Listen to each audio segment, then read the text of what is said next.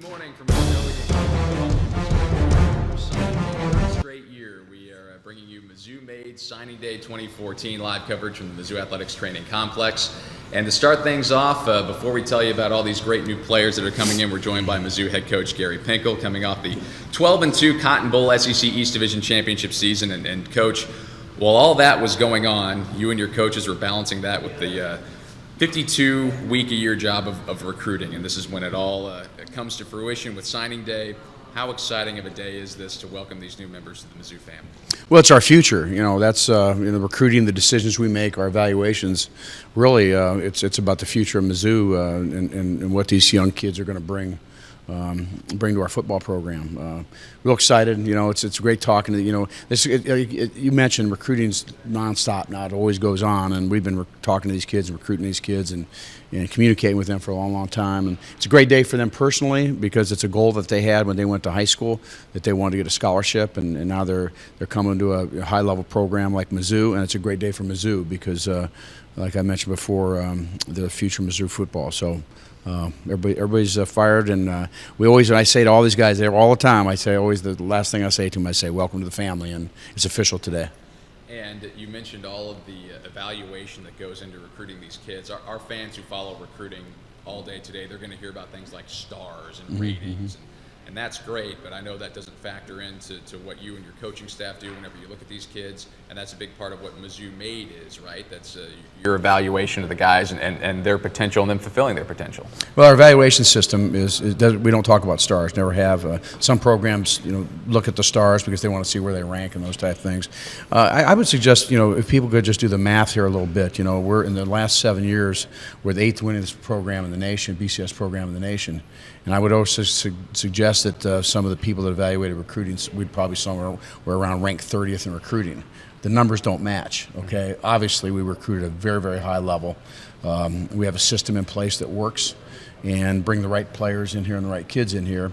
And then we think player development, our program, which we call MizzouMade, we can develop players better than anybody in the United States of America. And that's talk about academics, that's talking about developing you strength, speed, quickness. Pat Iver, strength conditioning coaches. That's talk about our coaching staff, and that's talk about development of them as young men. And so, I think all those components are part of what we call MizzouMade.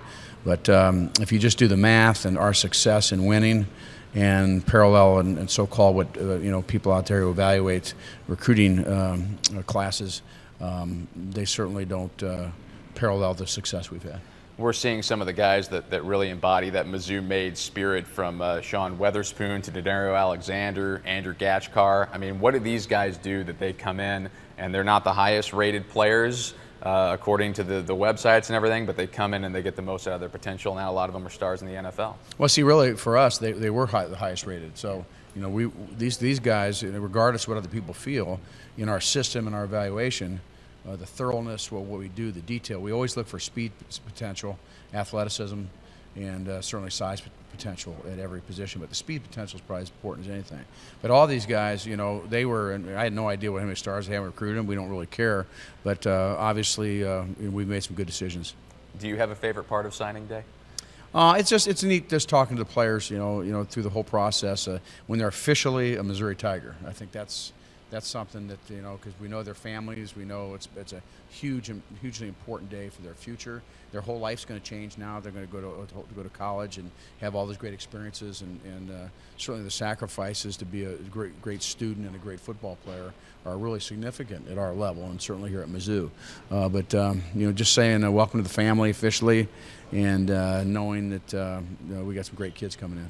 And we've also got 5 players who have already enrolled here, who are already students at the University of Missouri, graduated from high school early. I think we're going to get to meet a few of them over the course of the day. What kind of a jump start is that for the kids who were able to come in early, those 5 guys, to get a jump on their education and to get into the program early? Yeah, I don't think there's any question that it can be positive, but I don't really push that. I think if that's personal to a player if he wants to experience that last few months of his high school experiences, and so I don't really push that. If a player wants to, I think it's certainly a plus. They come in here. The first thing we do is we we get their academic schedule straightened out and meet with our academic people and get all those things in place. The second thing that is very, very important here is we give them a couple big brothers. So these 5 guys got 2 big brothers, and these are older players in our program that have been here and just kind of put their arm around them, and they have somebody to go to as they learn all the stuff that we do and what we're about at Mizzou. So it's exciting to have them in the program early. All right, Coach, we appreciate your time. I know you've got a lot going on today. We'll talk to you at the end of the show, but first, let's get into some of these new stars. Thank you. That is head coach Gary Pinkel, and right now we're going to tell you about one of the first letters to come in this morning. It's a St. Louisan, Raymond Wingo, who was recruited by one of our great assistant coaches, Cornell Ford. Let's go over to the big board. Catherine Lucchese is going to tell us a little bit more about Raymond Wingo as she is joined by Coach Cornell Ford.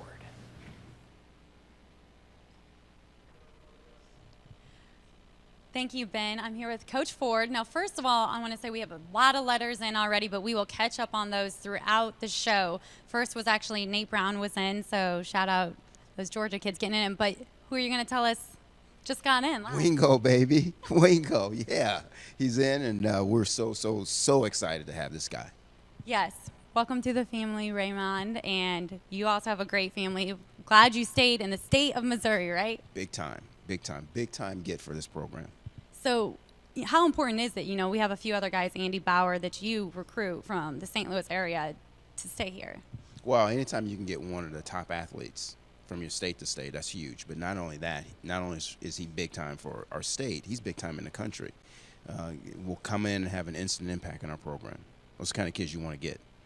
We also have another guy in, Kenya Dennis. He's actually standing over there. We're going to talk to him in a little bit. Oh, Coach Ford wants to bring him over. He's like, great, Coach Ford. So, over here. Already here. So yes, Kenya's already enrolled in class. Having a tough time dealing with the snow. Yeah. They don't deal with that too much in Mississippi, but big time already here, already in the program, doing well and in classes and rolling. So we're excited, man. He just trekked over from the dorms. I just saw them walking through outside the window in the front of the Matsy. But what was one of your biggest reasons to come to Mizzou? Mizzou, that was just a great team. They had a good family atmosphere, and I thought I could come in and help them make some big plays. And this guy was pretty impressive to you, yes? Yeah, he was pretty impressive to me. He was a good down-to-earth guy and everything. And, made me just want to come here and be with the family. So besides all the snow, and the cold, because you're originally from Mississippi, but at least, playing the SEC, that's huge.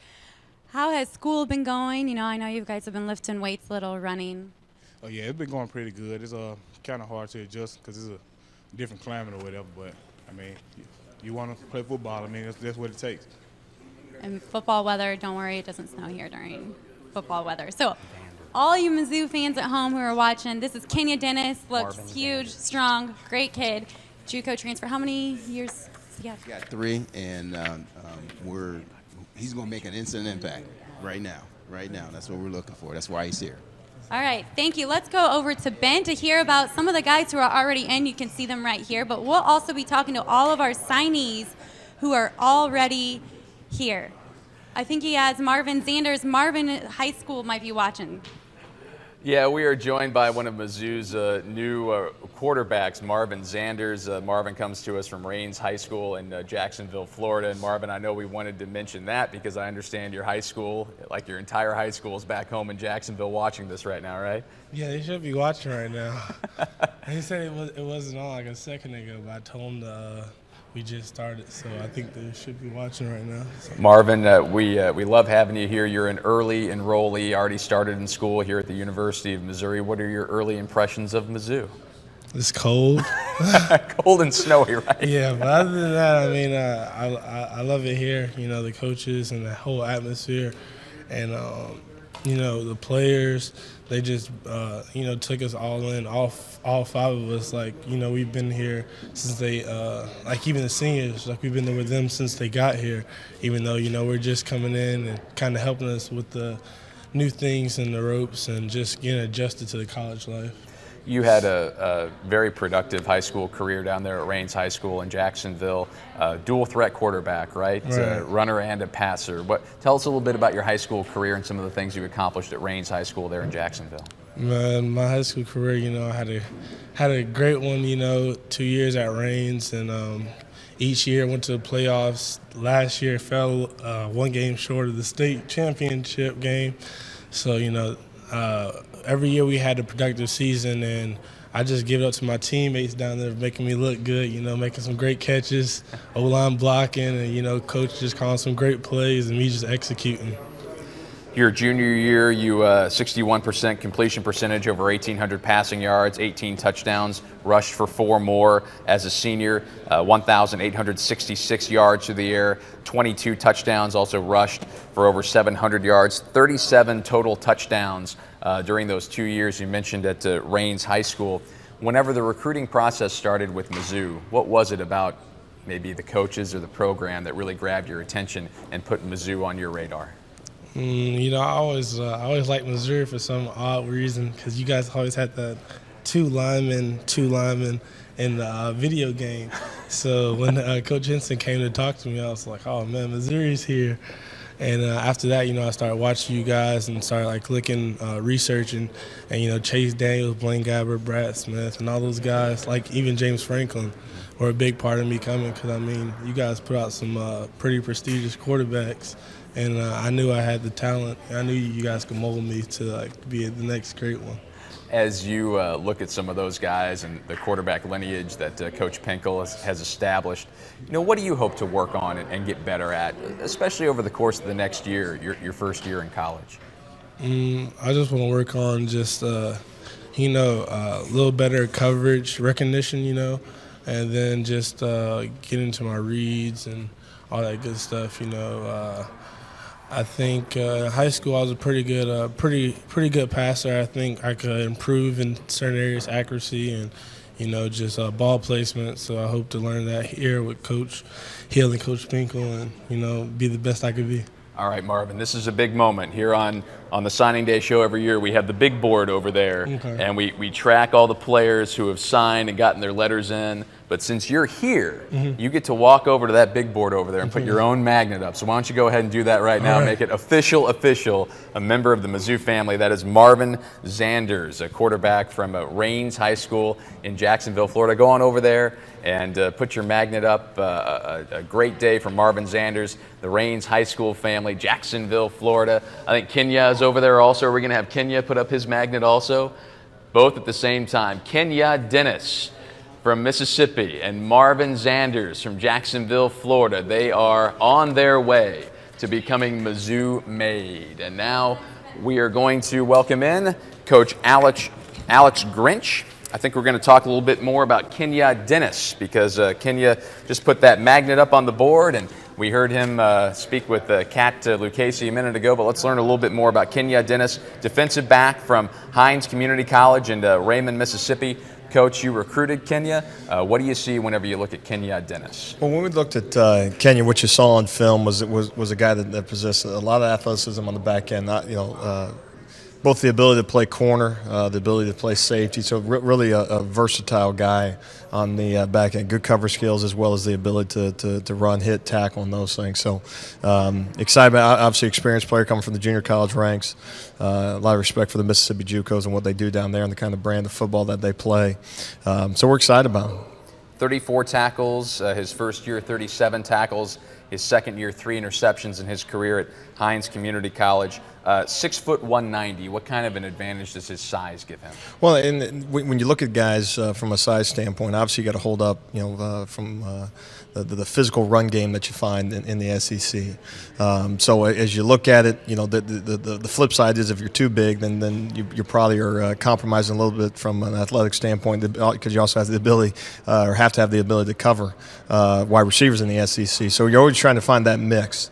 And that's what Kenya has. He has the ability to do both. So from a size standpoint, certainly can hold up and be physical that way. And again, that as you watch his film, you'll see some of those things, both from a coverage standpoint and from a physical tackling standpoint.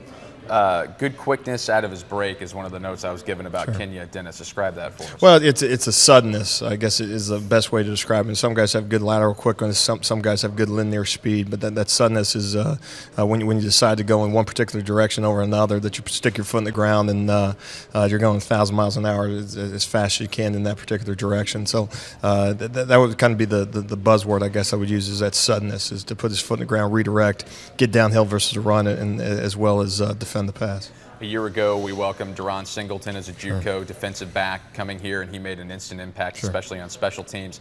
Got a lot of snaps in on the defensive side of the ball as well. Can Kenya learn a lot from Duron and that quick acceleration in level of play from the JUCO ranks of the SEC? Sure, and that's the expectation. Anytime you bring a guy in from the junior college ranks, obviously there's a limited amount of time left.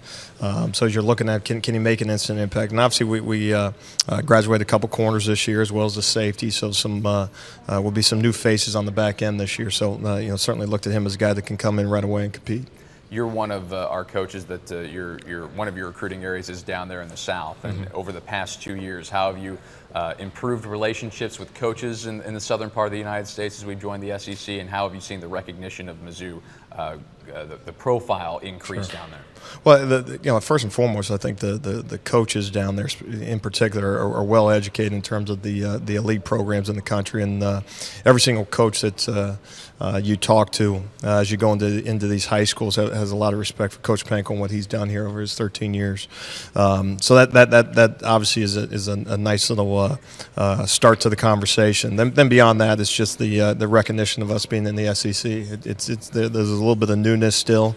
Obviously, the year we had this past year certainly lends itself to probably a little bit more acceptance of attaching the SEC brand to Missouri.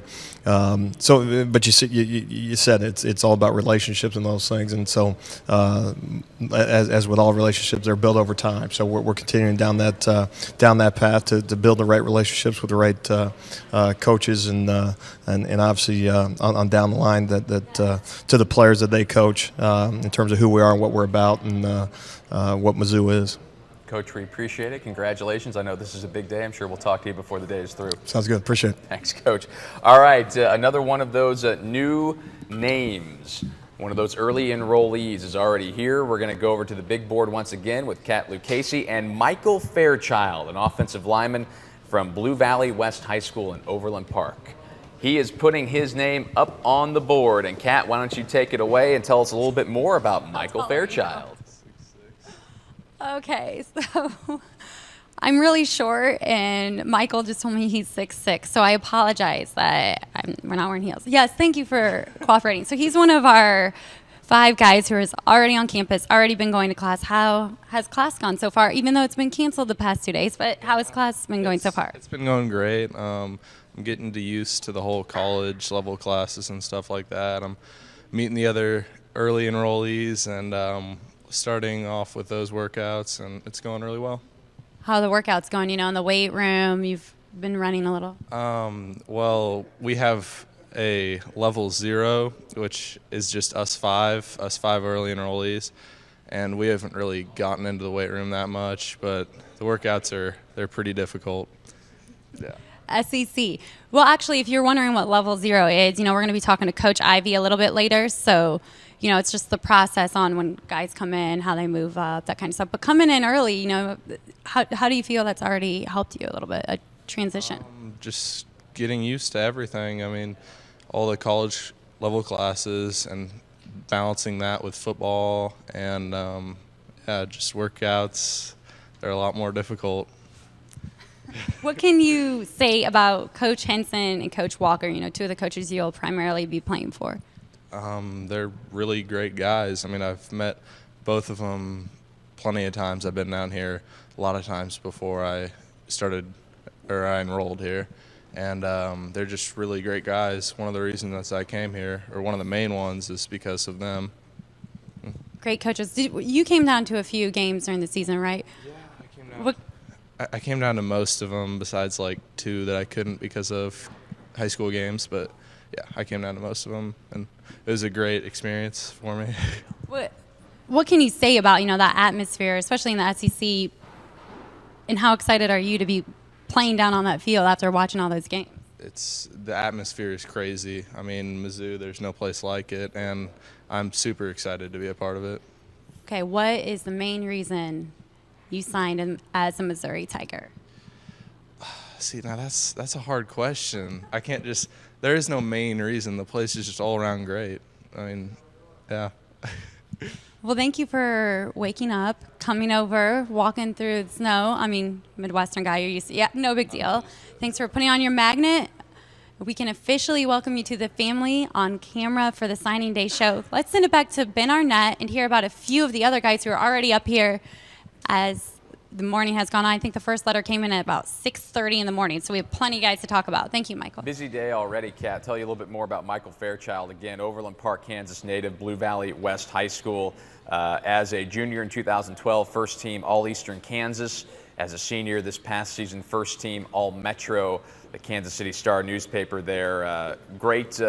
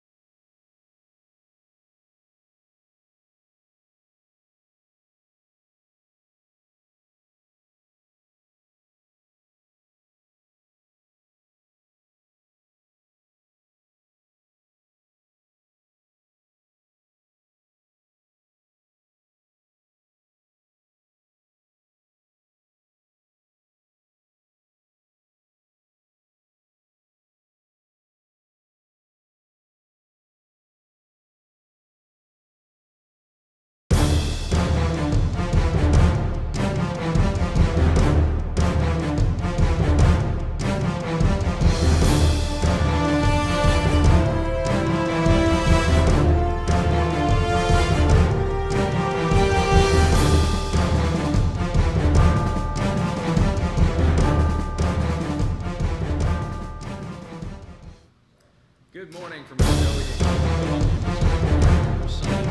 Straight year, we are bringing you MizzouMade Signing Day 2014 live coverage from the Mizzou Athletics Training Complex. And to start things off, before we tell you about all these great new players that are coming in, we're joined by Mizzou head coach Gary Pinkel, coming off the 12-2 Cotton Bowl SEC East Division Championship season. And Coach, while all that was going on, you and your coaches were balancing that with the 52-week-a-year job of recruiting, and this is when it all comes to fruition with signing day. How exciting of a day is this to welcome these new members to the Mizzou family? Well, it's our future. That's recruiting, the decisions we make, our evaluations. Really, it's about the future of Mizzou and what these young kids are going to bring to our football program. Real excited. It's great talking to you mentioned recruiting's nonstop now. It always goes on, and we've been talking to these kids and recruiting these kids and communicating with them for a long, long time. And it's a great day for them personally because it's a goal that they had when they went to high school, that they wanted to get a scholarship, and now they're coming to a high-level program like Mizzou, and it's a great day for Mizzou because, like I mentioned before, the future Mizzou football. So.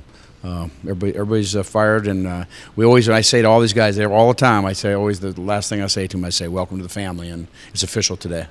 And you mentioned all of the evaluation that goes into recruiting these kids. Our fans who follow recruiting all day today, they're going to hear about things like stars and ratings, and that's great, but I know that doesn't factor into what you and your coaching staff do whenever you look at these kids, and that's a big part of what MizzouMade is, right? That's your evaluation of the guys and their potential and them fulfilling their potential. Well, our evaluation system we don't talk about stars, never have. Some programs, look at the stars because they want to see where they rank and those type of things.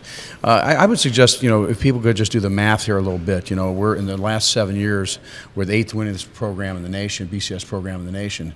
And I would also suggest that some of the people that evaluated recruiting, we'd probably somewhere we're around ranked 30th in recruiting. The numbers don't match, okay? Obviously, we recruit at a very, very high level. We have a system in place that works and bring the right players in here and the right kids in here. And then we think player development, our program, which we call MizzouMade, we can develop players better than anybody in the United States of America. And that's talk about academics, that's talking about developing you strength, speed, quickness. Pat Iver, strength conditioning coaches. That's talk about our coaching staff, and that's talk about development of them as young men. And so, I think all those components are part of what we call MizzouMade. But if you just do the math and our success in winning and parallel and so-called what people out there who evaluate recruiting classes, they certainly don't parallel the success we've had. We're seeing some of the guys that really embody that MizzouMade spirit, from Sean Weatherspoon to Denario Alexander, Andrew Gatchkar. I mean, what do these guys do that they come in and they're not the highest rated players according to the websites and everything, but they come in and they get the most out of their potential. Now a lot of them are stars in the NFL. Well, see, really for us, they were the highest rated. So, these guys, regardless of what other people feel, in our system and our evaluation, the thoroughness, what we do, the detail. We always look for speed potential, athleticism, and certainly size potential at every position. But the speed potential is probably as important as anything. But all these guys, they were, and I had no idea how many stars they haven't recruited them. We don't really care. But obviously, we've made some good decisions. Do you have a favorite part of signing day? It's neat just talking to the players, through the whole process when they're officially a Missouri Tiger. I think that's something that, because we know their families, we know it's a hugely important day for their future. Their whole life's going to change now. They're going to go to college and have all those great experiences, and certainly the sacrifices to be a great student and a great football player are really significant at our level, and certainly here at Mizzou. But just saying welcome to the family officially, and knowing that we got some great kids coming in. And we've also got 5 players who have already enrolled here, who are already students at the University of Missouri, graduated from high school early. I think we're going to get to meet a few of them over the course of the day. What kind of a jump start is that for the kids who were able to come in early, those 5 guys, to get a jump on their education and to get into the program early? Yeah, I don't think there's any question that it can be positive, but I don't really push that. I think if that's personal to a player if he wants to experience that last few months of his high school experiences, and so I don't really push that. If a player wants to, I think it's certainly a plus. They come in here. The first thing we do is we we get their academic schedule straightened out and meet with our academic people and get all those things in place. The second thing that is very, very important here is we give them a couple big brothers. So these 5 guys got 2 big brothers, and these are older players in our program that have been here and just kind of put their arm around them, and they have somebody to go to as they learn all the stuff that we do and what we're about at Mizzou. So it's exciting to have them in the program early. All right, Coach, we appreciate your time. I know you've got a lot going on today. We'll talk to you at the end of the show, but first, let's get into some of these new stars. Thank you. That is head coach Gary Pinkel, and right now we're going to tell you about one of the first letters to come in this morning. It's a St. Louisan, Raymond Wingo, who was recruited by one of our great assistant coaches, Cornell Ford. Let's go over to the big board. Catherine Lucchese is going to tell us a little bit more about Raymond Wingo as she is joined by Coach Cornell Ford.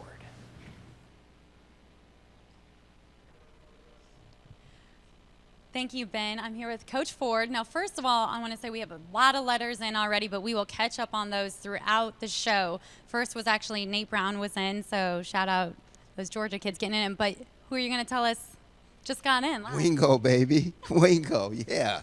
He's in, and we're so excited to have this guy. Yes. Welcome to the family, Raymond. And you also have a great family. Glad you stayed in the state of Missouri, right? Big time get for this program.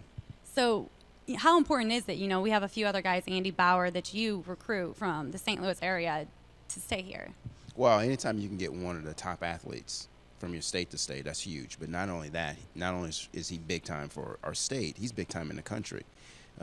Will come in and have an instant impact on our program. Those kind of kids you want to get. We also have another guy in, Kenya Dennis. He's actually standing over there. We're going to talk to him in a little bit. Oh, Coach Ford wants to bring him over. He's like, great, Coach Ford. So, over here. Already here. So yes, Kenya's already enrolled in class. Having a tough time dealing with the snow. Yeah. They don't deal with that too much in Mississippi, but big time already here, already in the program, doing well and in classes and rolling. So we're excited, man. He just trekked over from the dorms. I just saw them walking through outside the window in the front of the Matsy. So, but what was one of your biggest reasons to come to Mizzou? Mizzou, that was just a great team. They had a good family atmosphere, and I thought I could come in and help them make some big plays. And this guy was pretty impressive to you, yes? Yeah, he was pretty impressive to me. He was a good down-to-earth guy and everything. And, made me just want to come here and be with the family. So besides all the snow, and the cold, because you're originally from Mississippi, but at least, playing the SEC, that's huge.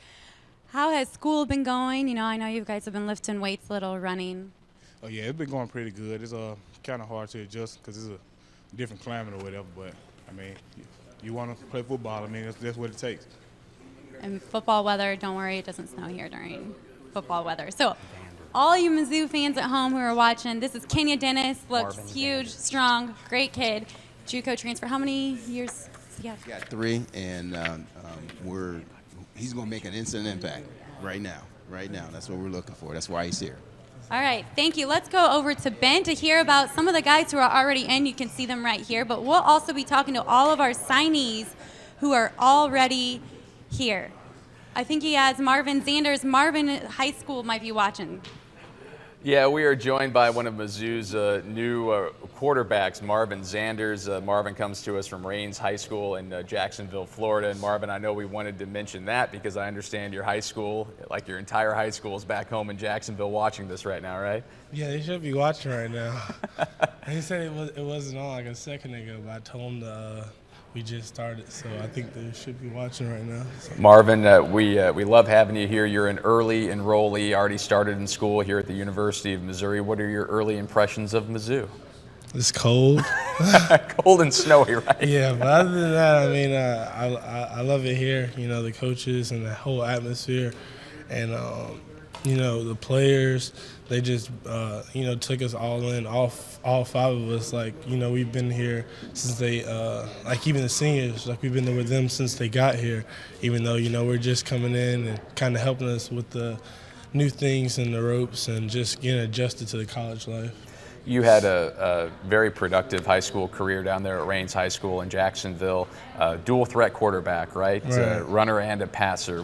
Tell us a little bit about your high school career and some of the things you accomplished at Raines High School there in Jacksonville. My high school career, I had a great one. 2 years at Reigns, and each year went to the playoffs. Last year fell one game short of the state championship game. So every year we had a productive season, and I just give it up to my teammates down there making me look good. Making some great catches, O-line blocking, and coach just calling some great plays, and me just executing. Your junior year, you 61% completion percentage, over 1,800 passing yards, 18 touchdowns, rushed for 4 more. As a senior, 1,866 yards through the air, 22 touchdowns, also rushed for over 700 yards, 37 total touchdowns during those 2 years you mentioned at Reigns High School. Whenever the recruiting process started with Mizzou, what was it about maybe the coaches or the program that really grabbed your attention and put Mizzou on your radar? I always liked Missouri for some odd reason, because you guys always had the two linemen in the video game. So when Coach Henson came to talk to me, I was like, oh man, Missouri's here. And after that, I started watching you guys and started looking, researching, and Chase Daniels, Blaine Gabbert, Brad Smith, and all those guys, even James Franklin, were a big part of me coming, because you guys put out some pretty prestigious quarterbacks. And I knew I had the talent. I knew you guys could mold me to be the next great one. As you look at some of those guys and the quarterback lineage that Coach Pinkel has established, what do you hope to work on and get better at, especially over the course of the next year, your first year in college? I just want to work on just, a little better coverage recognition, and then just get into my reads and all that good stuff, I think high school I was a pretty good passer. I think I could improve in certain areas, accuracy and just ball placement. So I hope to learn that here with Coach Hill and Coach Pinkel, and be the best I could be. All right, Marvin, this is a big moment here on the signing day show every year. We have the big board over there, and we track all the players who have signed and gotten their letters in. But since you're here, you get to walk over to that big board over there and put your own magnet up. So why don't you go ahead and do that right now, make it official, a member of the Mizzou family. That is Marvin Zanders, a quarterback from Reigns High School in Jacksonville, Florida. Go on over there and put your magnet up. A great day for Marvin Zanders, the Reigns High School family, Jacksonville, Florida. I think Kenya is over there also. Are we going to have Kenya put up his magnet also?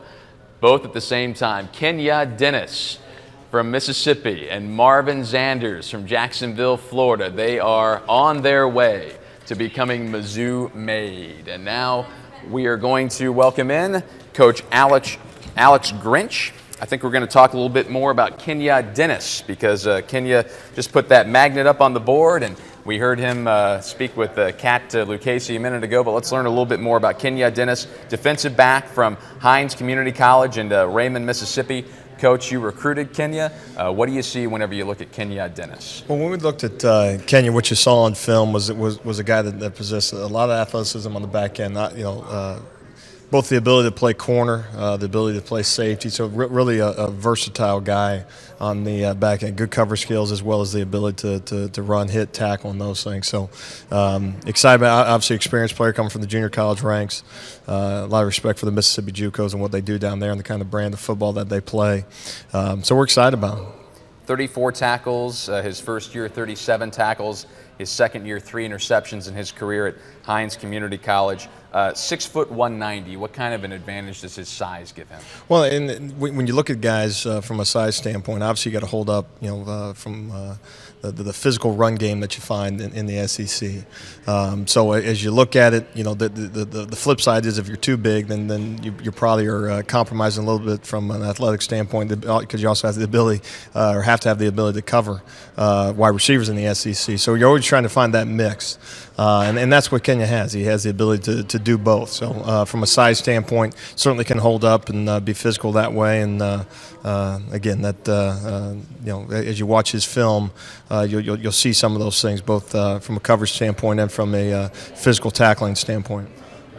good quickness out of his break is one of the notes I was given about Kenya. Dennis, describe that for us. Well, it's a suddenness, I guess, is the best way to describe it. Some guys have good lateral quickness, some guys have good linear speed, but that suddenness is when you decide to go in one particular direction over another, that you stick your foot in the ground and you're going 1,000 miles an hour as fast as you can in that particular direction. So that would kind of be the buzzword, I guess I would use, is that suddenness, is to put his foot in the ground, redirect, get downhill versus a run, and as well as defend the pass. A year ago, we welcomed Duron Singleton as a JUCO defensive back coming here, and he made an instant impact, especially on special teams.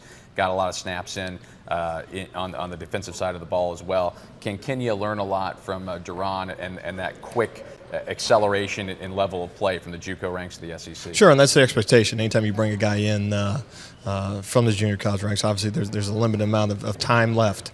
So as you're looking at, can he make an instant impact? And obviously we graduated a couple corners this year as well as a safety, so will be some new faces on the back end this year. So certainly looked at him as a guy that can come in right away and compete. You're one of our coaches that one of your recruiting areas is down there in the South. And over the past 2 years, how have you improved relationships with coaches in the southern part of the United States as we joined the SEC, and how have you seen the recognition of Mizzou, the profile increase down there? Well, first and foremost, I think the coaches down there in particular are well educated in terms of the elite programs in the country, and every single coach that you talk to as you go into these high schools has a lot of respect for Coach Panko and what he's done here over his 13 years.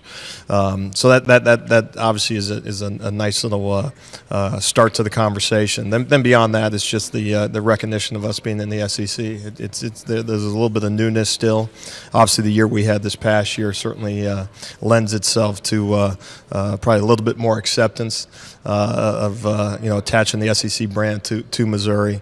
But you said it's all about relationships and those things, and so as with all relationships, they're built over time. So we're continuing down that path to build the right relationships with the right coaches, and obviously on down the line that to the players that they coach in terms of who we are and what we're about and what Mizzou is. Coach, we appreciate it. Congratulations. I know this is a big day. I'm sure we'll talk to you before the day is through. Sounds good. Appreciate it. Thanks, Coach. All right, another one of those new names. One of those early enrollees is already here. We're going to go over to the big board once again with Kat Lucchese and Michael Fairchild, an offensive lineman from Blue Valley West High School in Overland Park. He is putting his name up on the board. And Kat, why don't you take it away and tell us a little bit more about Michael Fairchild.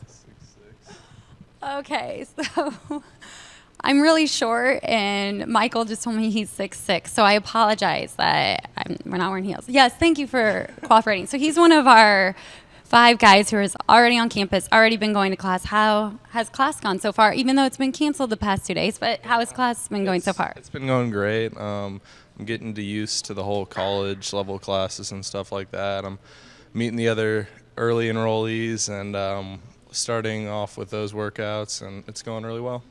How are the workouts going? In the weight room, you've been running a little? Well, we have a level 0, which is just us five early enrollees, and we haven't really gotten into the weight room that much, but the workouts they're pretty difficult. Yeah. SEC. Well, actually, if you're wondering what level 0 is, we're going to be talking to Coach Ivy a little bit later, so it's just the process on when guys come in, how they move up, that kind of stuff. But coming in early, how do you feel that's already helped you a little bit, a transition? Just getting used to everything. I mean, all the college level classes and balancing that with football and, just workouts. They're a lot more difficult. What can you say about Coach Henson and Coach Walker, 2 of the coaches you'll primarily be playing for? They're really great guys. I mean, I've met both of them plenty of times. I've been down here a lot of times before I enrolled here, and they're just really great guys. One of the reasons I came here, or one of the main ones, is because of them. Great coaches. You came down to a few games during the season, right? Yeah, I came down to most of them, besides 2 that I couldn't because of high school games, but yeah, I came down to most of them, and it was a great experience for me. What can you say about that atmosphere, especially in the SEC, and how excited are you to be playing down on that field after watching all those games? The atmosphere is crazy. I mean, Mizzou, there's no place like it, and I'm super excited to be a part of it. Okay, what is the main reason you signed as a Missouri Tiger?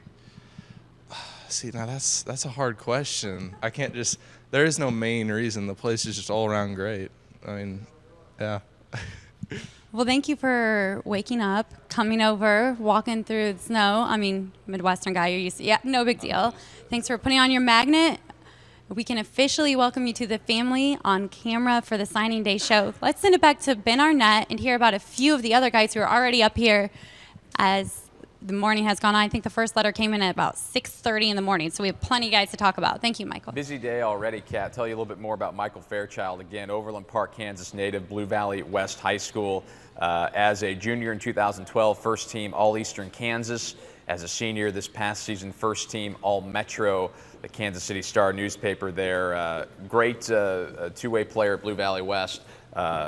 Aggressive finisher, hard worker. His father, Paul, if I'm not incorrect, played for the New England Patriots, 1984 to 1990. So some NFL experience in the bloodline there for Michael Fairchild from Blue Valley West High School, Overland Park, Kansas. Let's recap some other letters that have come in today. And, of course, over the course of the morning, we will talk about each and every one of these guys with the Mizzou coaching staff, show you some of their video, let you know what we expect to see from them as they get into the program and develop. So let's roll through some of these. I'll follow your lead, guys. They're back in the control room, and we'll tell the folks at home on this snowy signing day about the newest Missouri Tigers who have faxed in their letters of intent on signing day 2014. Actually, we're going to change it up, and we're going to stay right here. And we're going to go back over to the big board because we have another one of our early enrollees. This is another one of these signees that is already here in Columbia working hard as a Missouri Tiger. It's Brandon Lee from Indianapolis, Indiana. Brandon, why don't you go ahead and put your magnet up there on the board and then walk over this way and we'll talk a little bit about your career as a Tiger. Brandon Lee, linebacker from Lawrence Central High School in Indianapolis, Indiana, 6'2", 215 pounds, the number 17 rated outside linebacker in the entire country, according to ESPN.com. As a junior in 2012, 78 tackles, 5 for loss, a pair of quarterback hurries, 2 interceptions. Last year as a senior, first team 6A All-State, and a member of the Indianapolis Star All-Marion County team. Brandon, welcome. Congratulations. It's a big day. Nice to meet you, too, by the way. Nice to meet you, too. Tell us about what a big day this is for you, how exciting it is to make it. I know you're a student here already. You've been on campus for a couple of weeks, but signing day is a big day for all you guys. I'm sure that felt good to put your magnet on the board. Yeah, with it being signing day, that's pretty exciting. But, I mean, we've been here for a few weeks now, so I guess it's not as big as some other guys that are still going through recruitment and stuff. But, I mean, it's a blessing to be here on this day, and it's a huge day for all the recruits in America. Why make the decision early and why graduate early and get here a semester ahead of time? What advantage does that give you? I'd say that the advantage coming in early, you get a chance to work with the coaches, get in the weight room, go through spring ball and a lot of different scrimmages, and it kind of puts you ahead of the other guys. Not like dirt on them, but it just gives you advantage over them. Yeah. Why wait if you can get started early, right? Exactly. I mean, I may as well not stay in high school if I can get out. You were a highly recruited player, 4-star across the board from all the recruiting services. Other schools that were interested in you range from Virginia Tech to Oregon to Michigan State. Those are some big-time national, big-name programs. But why Mizzou instead of those programs? Well, Missouri supported my major really well. I want to go into medical school and hopefully someday become an orthopedic surgeon. And they had a medical school, a hospital on campus, an orthopedics institute, and the coaching staff. I mean, they every time you speak to them, it's like speaking to your uncle or your dad or anything like that. And really just getting the feel with the players and stuff, they really fit me. It's more of a relaxed campus, and the team atmosphere is really relaxed, and it's really a brotherhood around here. And let me be the first to tell you, we don't usually get this much snow. This is a little bit. I know you're an Indy guy, so you can handle that, right? Yeah, they predicted us actually last week to get around 8 to 30 inches, so I heard, but it ended up going to like 8 to 10. They reduced it. Now, you're not from traditional SEC country, being in Indianapolis, but I'm sure that the draw of playing in the SEC really resonated with you. How excited are you to be playing in what anyone will tell you is the toughest and the best football league in the country? Yeah, the SEC took a role in choosing school too. That was big. I mean, SEC ball is the next thing to NFL. I mean, so that's pretty big as well. I enjoy. I know I'm going to enjoy it playing in the SEC. What do you think some of the biggest challenges will be playing in this league as a linebacker? Biggest challenges, let's see. I'm not exactly sure. A lot of good players in this league, right? A lot of good players. So, I mean, you're going to have to bring your lunch pail to the table every single day. As you look at especially some of the off-season workouts that you're going to get into, where do you hope to improve and develop throughout your first year here at Mizzou? Right now, I need to gain a little bit of weight in order for me to play or anything like that. I mean, so I feel like I need to gain some weight so I can be so my body will hold up if I was able to play this season. You excited to get to work with Pat Ivey and the strength and conditioning staff? Yeah. He's an enthusiastic guy, right? He'll make you excited if you're not. Yeah, Coach Ivey, he's a man. He's a man around here. He'll get me there, so they said. Anything else about Mizzou as you've gotten on campus here the last few weeks that you've really enjoyed and stuck out to you? Just the campus atmosphere. I mean, I'm more of a relaxed guy, laid back, and the campus fits me well. Like, I mean, it's just like any other campus. Still gonna be things going on, but the relaxed and chill part of it is me. Well, this is so exciting. I'm really glad that you're here on campus. I know our fans have been excited to learn a little bit more about you, and I think right now we're going to learn a little bit more about one of your other teammates who has gotten here early. Brandon, great to meet you. Thanks a lot. We'll let you get back to work. Nice to meet you too, man. Logan Cheadle is a 5'9" defensive back from just up the road, Lee's Summit West High School in Lee's Summit, Missouri. We're getting a lot of great players out of there these days, and Logan is one of them. He is here. Another one of our early enrollees. Go ahead, Logan, put your magnet up on the board and make it official that you are a member of the Mizzou family, and then we'll have you walk on over here. And as you do, I'll tell you a little bit more about Logan Cheadle, 5'9", 175.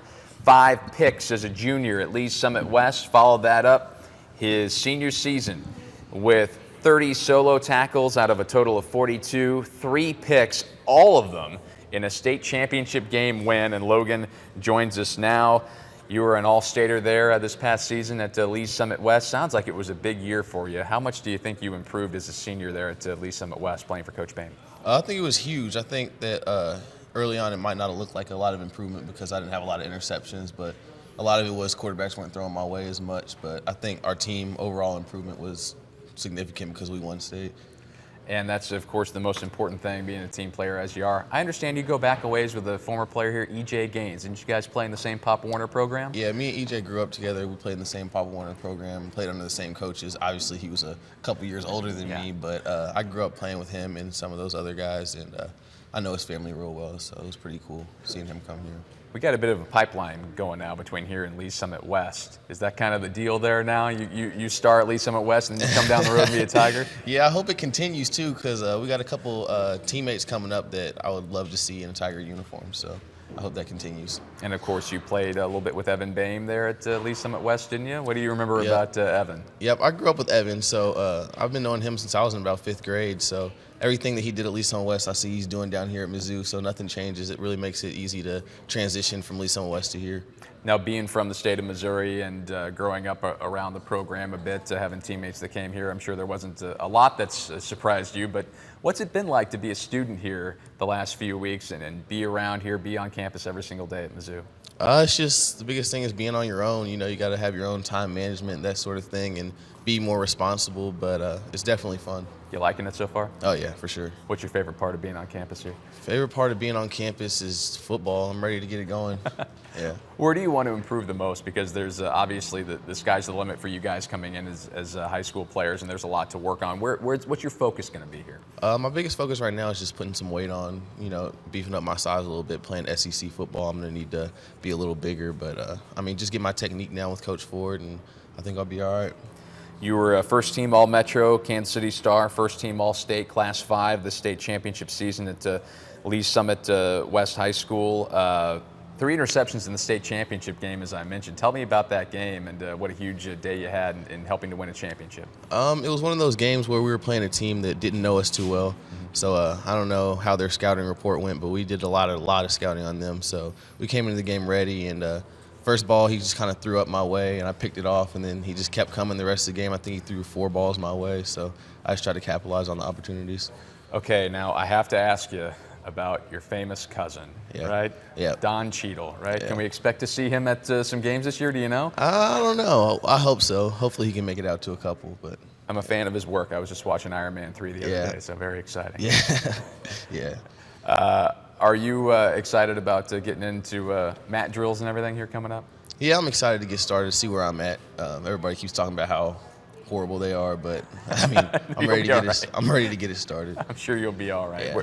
We're excited. Glad to have you here. Great to meet you. Congratulations. Nice Continue with your studies, and we'll see you around the way. All right, thank you. That is Logan Cheadle, one of the early enrollees.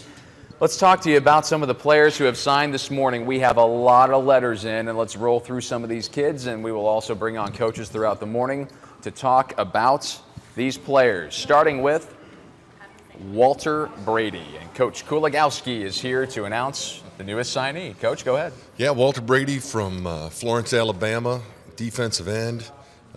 Outstanding player, had a great senior year, has done a great job academically this year, and he chose Missouri. He said he just got off the phone with them. He's excited to be part of the best program in the best conference and in the country, and we're real excited to have him. Had a great visit with him last weekend, and he was very happy to be a Tiger. Florence, Alabama, right?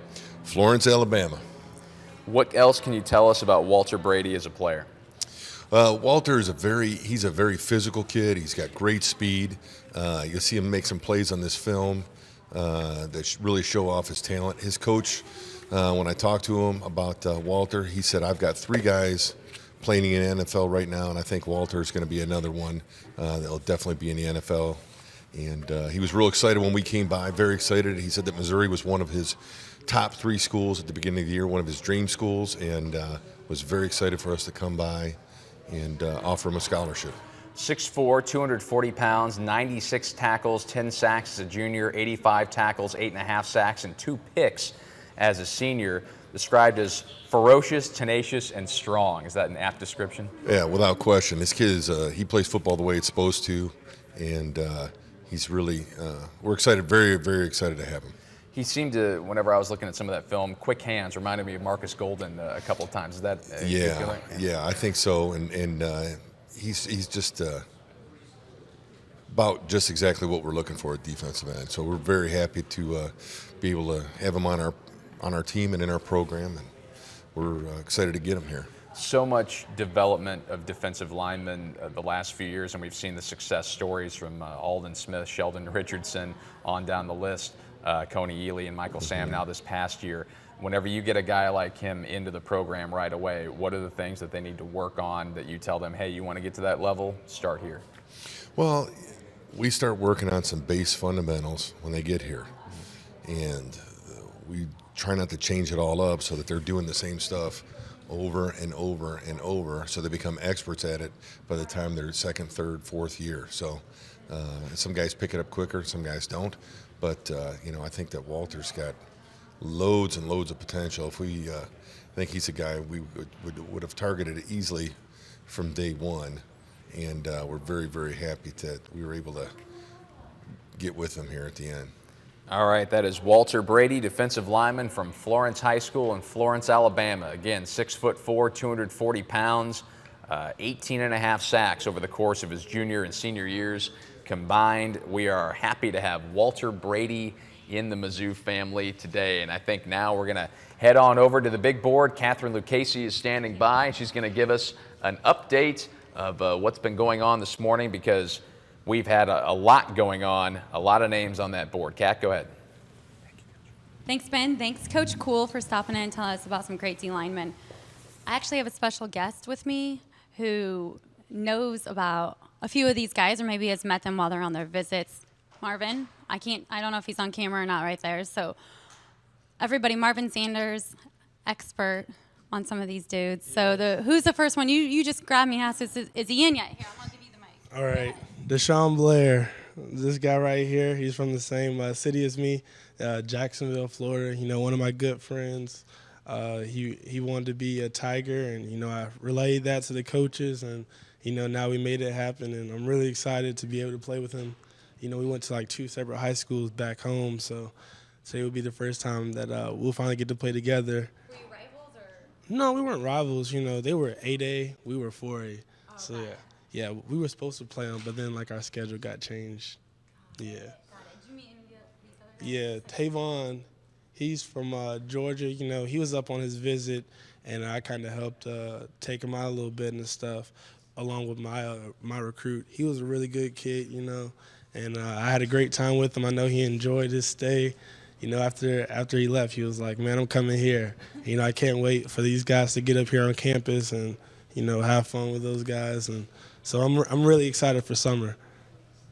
Anyone else? What about the Let me see. Andy Barr. I'm sorry if I messed up the last name. But yeah, Andy, I met him on the visit when I came up for the Texas A&M game. He's a beast lineman. Him and Paul, I can't wait to meet those guys. And Kevin, they all recruited the heck out of me, before I committed. Hit me up all the time on Facebook and, text me to say, "Hey, come on, man, let's do it." And I'm glad I made the decision. And I can't wait for all 3 of these big guys to be blocking for me coming up in the future. So that was all the people I know so far on the board. Can I ask a question about that? So what is it actually like, since you said they recruited you? How does that work? That might, you have your coaches calling you and contacting you, and you come up on your visits, but they hit you up on Twitter. Like, how early does that happen? Where they take it upon themselves? It's funny because like your coaches can only do so much. Recruiting, you only get like 1 phone call. You can't really text, all that good stuff. And these guys, they're basically like they have free rule. So they could call you, text you, tweet you, at you, DM you, and all that good stuff. They just would call and just say and like express their interest for me to come, and then say, "Hey, man, we really want to block for you," or the coaches are really pumped up, and, we want you to be a Tiger. So I think they went on for like a good month over the summer. Yeah, they recruited me pretty good over the summer. And then I was like, I told Paul, I was like, "Man, I think I'm going to do it this week." He's like, "All right, man, let's do it." And I talked with my parents, and then I ended up becoming a Tiger. So, yeah. They did a good job, and then I did the same with this guy and Tavon. So. All right. Thank you, Marvin. That's a great concept that you brought up. Social media is huge, and I do know for a fact that Paul was just every time I got on Twitter, Paul he hit everybody. Maybe he's watching right now. No. Hey, Paul. So yeah, he was great, and it's almost good because you guys become a family before you. Yeah, I think that's you feel like you know them before they're. That's a good thing, like Brandon and Cheadle and Kenya. Well, at least with Brandon and Cheadle, I taught those guys before I even got on campus. So it's like I already kind of like knew them, so it wasn't like, hey, just meet some random guys. So cool. I think that's a good thing too. The power of social media. Speaking of, if you're watching right now and you have a question about any of these guys, use hashtag MizzouMade and tweet to @MizzouFootball, which is Coach Pinkel's account. And we will answer those questions to the best that we can, whether it's one of the coaches, whether it's Ben, me. If you have any questions about anybody, let us know, and we'll be looking at that. Let's go to Ben to catch up on a few of these guys, their stats, where they're from, hear about it. Ben? Thanks, Kat. And if people want to tweet at us, @Mizzou Network, if you have any questions, it's another way to get in contact with the show. And as Kat said, we'll try to answer any questions we can and interact with you on Twitter today, @MizzouFootball and @Mizzou Network, hashtag MizzouMade. All right, it's been a busy morning here at the Mizzou Athletics Training Complex. Let's tell you about some of the letters that have been faxed in and these new members of the Mizzou football family, starting with Paul Adams, 6 foot 6 inch, 280-pound offensive lineman from Christ Presbyterian Academy in Nashville, Tennessee. An athletic offensive lineman, Paul was the 2013 Tennessee Mr. Football Class 2A Lineman of the Year, and a great athlete. He played both offense and defense as a senior, and he is a member of the basketball team there at Christ Presbyterian Academy in Nashville, Tennessee. So that's Paul Adams. This is another offensive lineman, Andy Bauer, 6'3", 300 pounds, an Under Armour All-American from DeSmet High School in St. Louis, Missouri. Andy missed his senior season due to hip surgery, but he was still an Under Armour All-American and the number 8 offensive tackle prospect in the country, according to ESPN's rankings. A strong and aggressive mauler. He has good feet, moves well, and he is excited to come down the road from St. Louis. Grant Jones is coming down the road from Hickman High School right here in Columbia, Missouri. Grant Jones, a Hickman Cupie, not a Rockbridge Bruin. 6'3", 225 pounds, an athlete who played both tight end and defensive line at Hickman High School right here in Columbia. And you want to talk about family, keeping it in the family. He is the son of Mizzou's longtime running backs coach, Brian Jones. 9 catches for 160 yards and 4 touchdowns as a tight end as a junior. Followed that up with a strong senior season. Great hand-eye coordination and excellent hands, and a very versatile player, as I mentioned, played a lot of defense in high school as well. He comes here as an athlete. Thomas Richard is a 6', 190-pound wide receiver from Nashville, Tennessee. Played along with Paul Adams at Christ Presbyterian High School outside of Nashville. Get some more numbers on Thomas here. As a junior in 2012, 55 receptions, 1,072 yards, 13 touchdowns. Followed that up with an even stronger senior campaign, 67 catches, 1,100 yards, 14 touchdowns. That is Thomas Richard from Christ Presbyterian Academy in Nashville, Tennessee. Nate Brown comes to us from North Gwinnett High School down in Georgia. Nate, 6'3", 205 pounds. He was the first letter to come in here this morning. Nate had 41 catches, 491 yards, 9 touchdowns, averaged 17 yards a catch as a junior. As a senior last year, the Gwinnett County Offensive Player of the Year with 61 catches, 1,000 yards receiving, just over 1,000 yards, 21 touchdowns. What a productive player he was. He also features breakaway speed, measured unofficially at a 4.5 40-yard dash. He had over 2,300 career all-purpose yards and 31 touchdowns. Back to the offensive line. This is Sam Bailey, another homegrown offensive lineman from the state of Missouri. Sam comes to us from Lamar, where he was a 3-time state champion, first-team all-conference, first-team all-state as a senior. 6'4", 260 pounds, Sam Bailey, an explosive player from Lamar, Missouri, and yet another homegrown offensive lineman coming to the University of Missouri. Now let's go back over to the big board with more from our friend Kat Lucchese. This is Coach Josh Henson welcoming another member to the Mizzou family. It is, I believe, Spencer Williams. And Coach is going to come on over here and tell us a little bit more about Spencer Williams, another Jacksonville, Florida kid coming up north from First Coast High School, 6'4", 220 pounds. And Coach Henson, tell us a little bit more, if you would, about Spencer Williams. Well, Spencer's a guy that we started looking at late in the process, but really liked his athleticism. Felt like that he fit what we are defensively. That he's a speed guy off the edge. He's got a really nice frame, 6'4", 220. He's a guy that we feel like can develop and get bigger with his frame. But again, the first thing we noticed was just speed and athleticism off the edge. And I've been going to First Coast High School for a long time, and they've had a lot of great players out of high school. It's a school that annually produces a lot of really good football players, and so it's nice to get a young man out of First Coast. That's a big deal. We talked with Coach Pinkel about this a little bit in the opening segment, but the evaluation process that these players go through with this coaching staff, what are some of the keys? You mentioned speed, that's really important. What are some of the other things that when you look at a player like Spencer Williams that you're really looking at to evaluate him?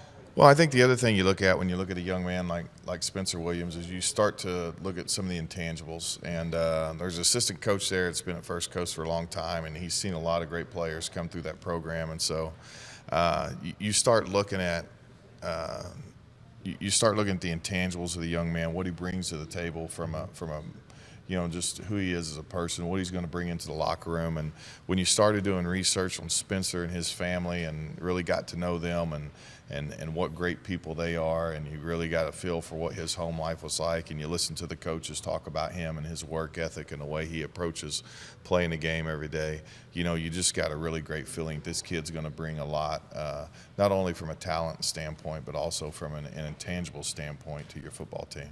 Being 6'4", what kind of an advantage does he have lengthwise? How much of an asset is that for him? Well, I think he's got a real advantage lengthwise. I mean, you look at guys like Coney Ely and Alden Smith and some of those longer defensive ends. It's certainly it's frustrating, I know, from an offensive line standpoint when you kind of, you got your arms out, but those guys can reach around and still grab your shoulders because they're those long arm guys. And I know that's something that's really important in the NFL.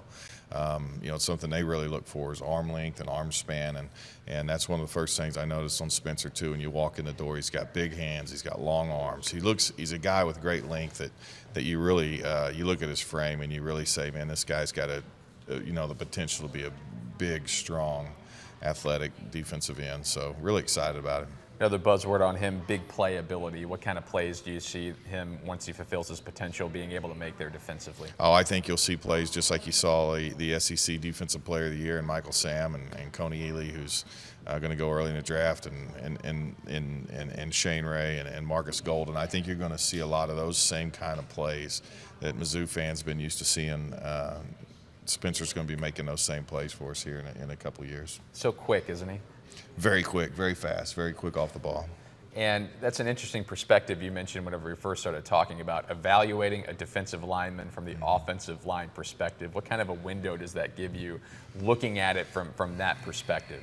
Well, I mean, you know what works, and when you see talent, because we're constantly watching defensive linemen and saying, okay, how good is this guy and how hard is it going to be to block him? So when you start watching defensive linemen at high school level, you start seeing some of those same things, and so we saw all those things in Spencer and just feel, really good about his ability. You ever want to go over to Cool and practice and say, hey, ease up, man? They keep producing these great defensive linemen. It's probably tremendous practice, isn't it? I tell those guys when I had the opportunity to get to know a defensive lineman and recruit them that I'll hate them Monday through Friday and I'll love them on Saturday. So it's all good with me, and the truth is they make us better, and that's one nice thing we've had around here. We've had some really good defensive lines. And when we practice against good people, the competition aspect of practice, it makes us better and it prepares us to play on Saturday in a competitive league. Well, that is Spencer Williams, 6'4", 220-pound defensive lineman. Coach Henson, congratulations. Right. Thanks a lot. Thank you. I'm sure we'll talk to you again before the end of the show. Spencer Williams joins the Mizzou family. It's been a busy morning already as we go through signing day 2014.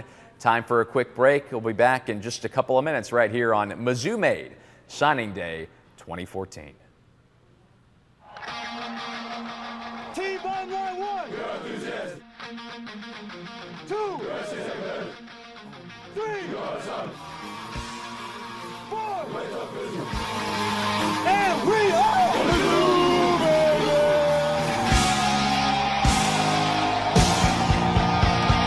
Game time, baby!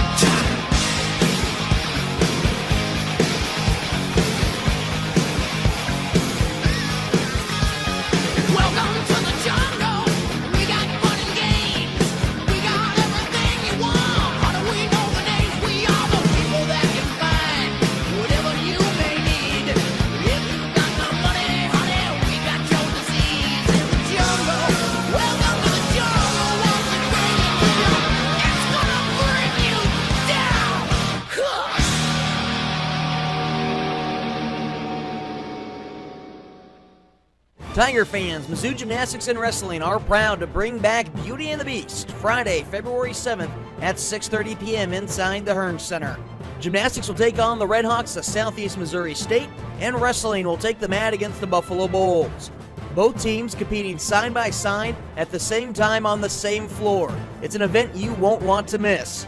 Get your tickets online or by phone today. Be a part of Beauty and the Beast, Friday, February 7th at 6:30 p.m.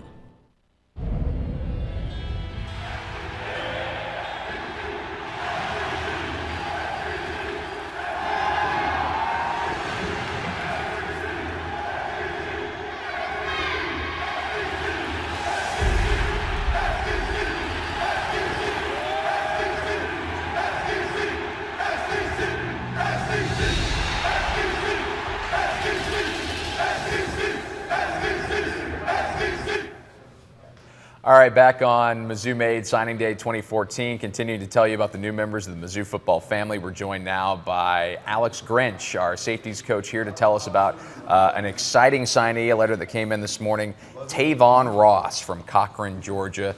And Coach, I know that Tavon is an exciting, electrifying player that we're really excited to have in the fold here.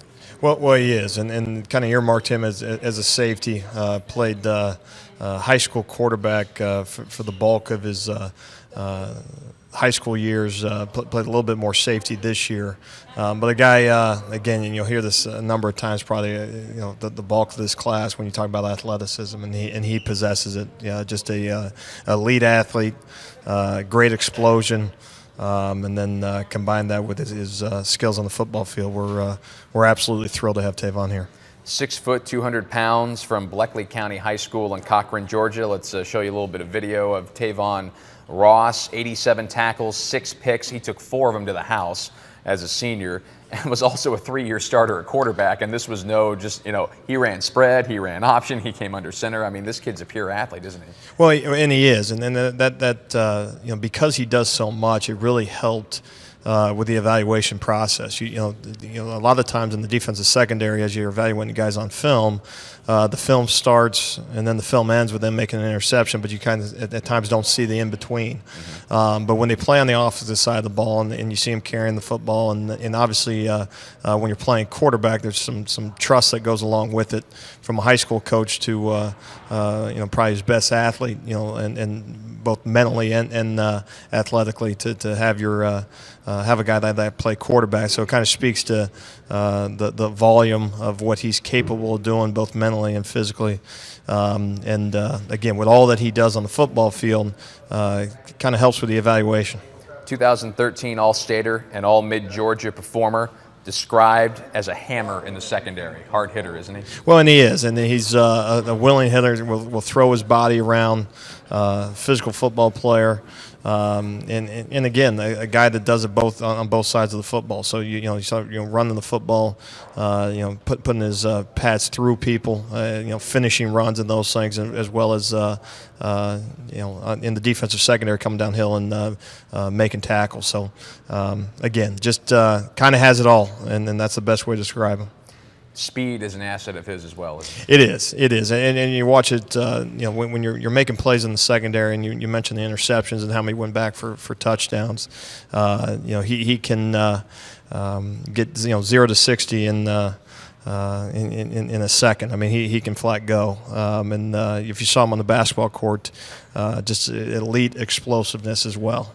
I critique his jump shot. I've been to a basketball game, so I critique his jump shot, but from a pure jumping standpoint, he can leap out of the gym. So again, the future is very bright, and can't minimize how excited we are about getting him here. That's good whenever they play multiple sports, isn't it? Well, it does. I mean, and he's a guy, he's going to run track this spring, and he's kind of been a baseball guy up until now, but I think with the exception of soccer, he's played every sport that's offered there at Bleckley over his 4-year career. And then, again, just speaks to his overall athleticism. And, again, it helps with the evaluation. It absolutely does. When you see a guy on the basketball court or do some things on the track, it can just it's more evidence, and you're always looking for evidence in terms of determining those guys that can compete at this level.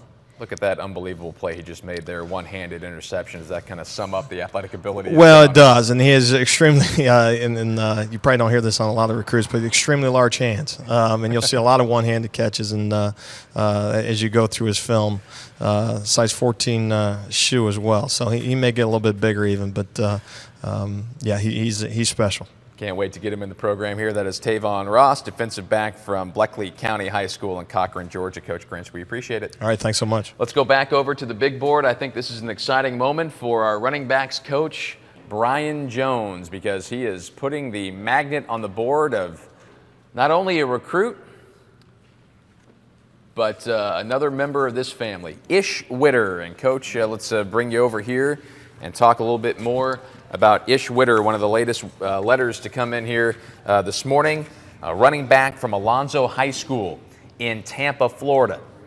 5'8", 195, rushed for 900 yards as a junior, 850 as a senior, 10 touchdowns this last year at Alonzo High School. And Coach, what sticks out to you about Ish Witter? Well, you know, we looked at lots of video on lots of guys over the weeks there, and when we saw Ish's video, we just were really amazed at his quickness, at how he cut and changed direction without slowing down. I mean, he's got tremendous cutting ability. He's got tremendous acceleration. You see on video here. I mean, there's one thing that we look at. It's not only speed and quickness, but also when you can put one foot in the ground and change direction, going sideways and getting upfield on the next step.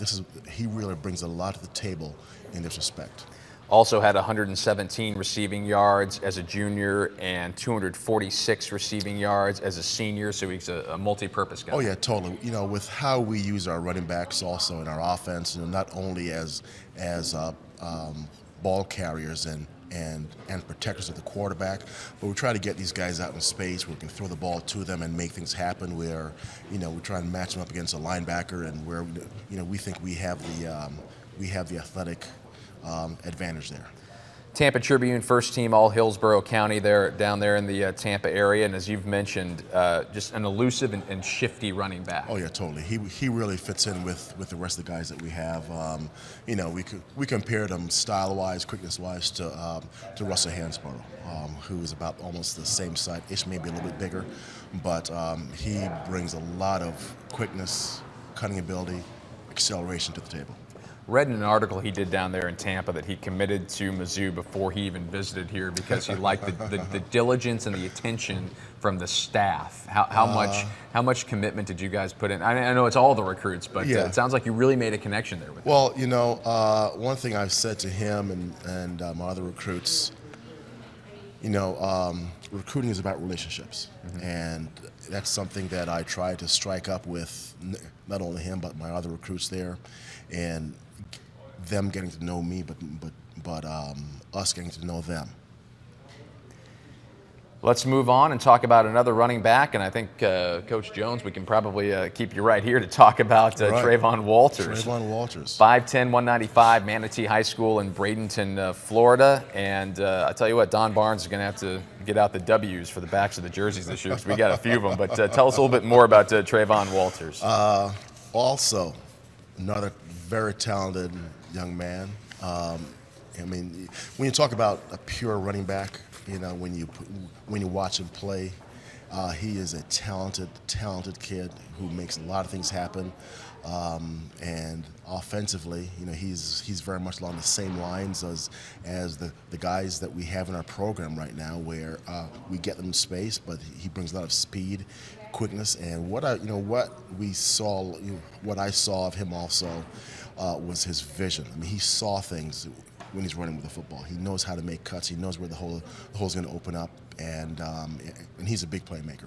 Tough and physical kid, it seems. Very strong, straight-ahead runner. That's one thing that both Ish and Trayvon, they bring to the table. You know, when you're going to play in this league, it's great to have speed and quickness, but you got to be a tough runner.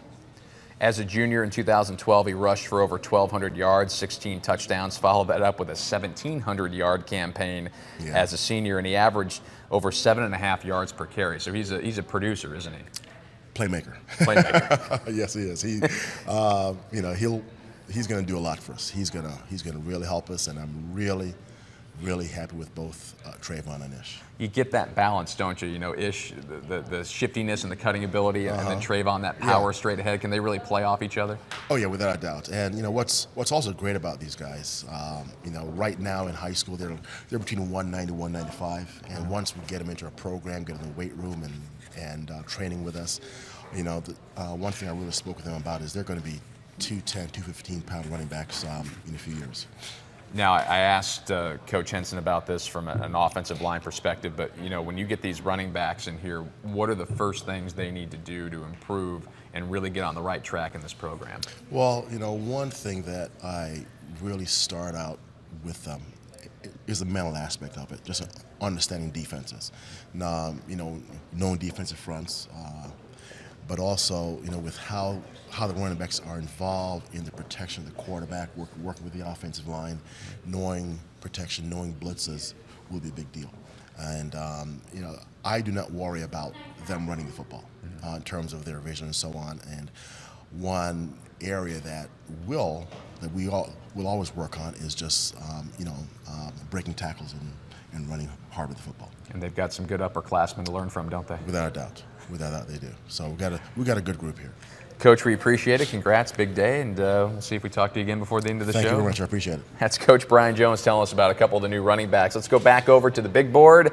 We've got another member to welcome to the Mizzou football family as Coach Dave Steckel is putting Roderick Winters magnet up on the big board. Roderick Winters is a 5'11", 195-pound linebacker from Bowie High School in Arlington, Texas. This is the same program that produced Russell Hansbrough and Kip Edwards, among others.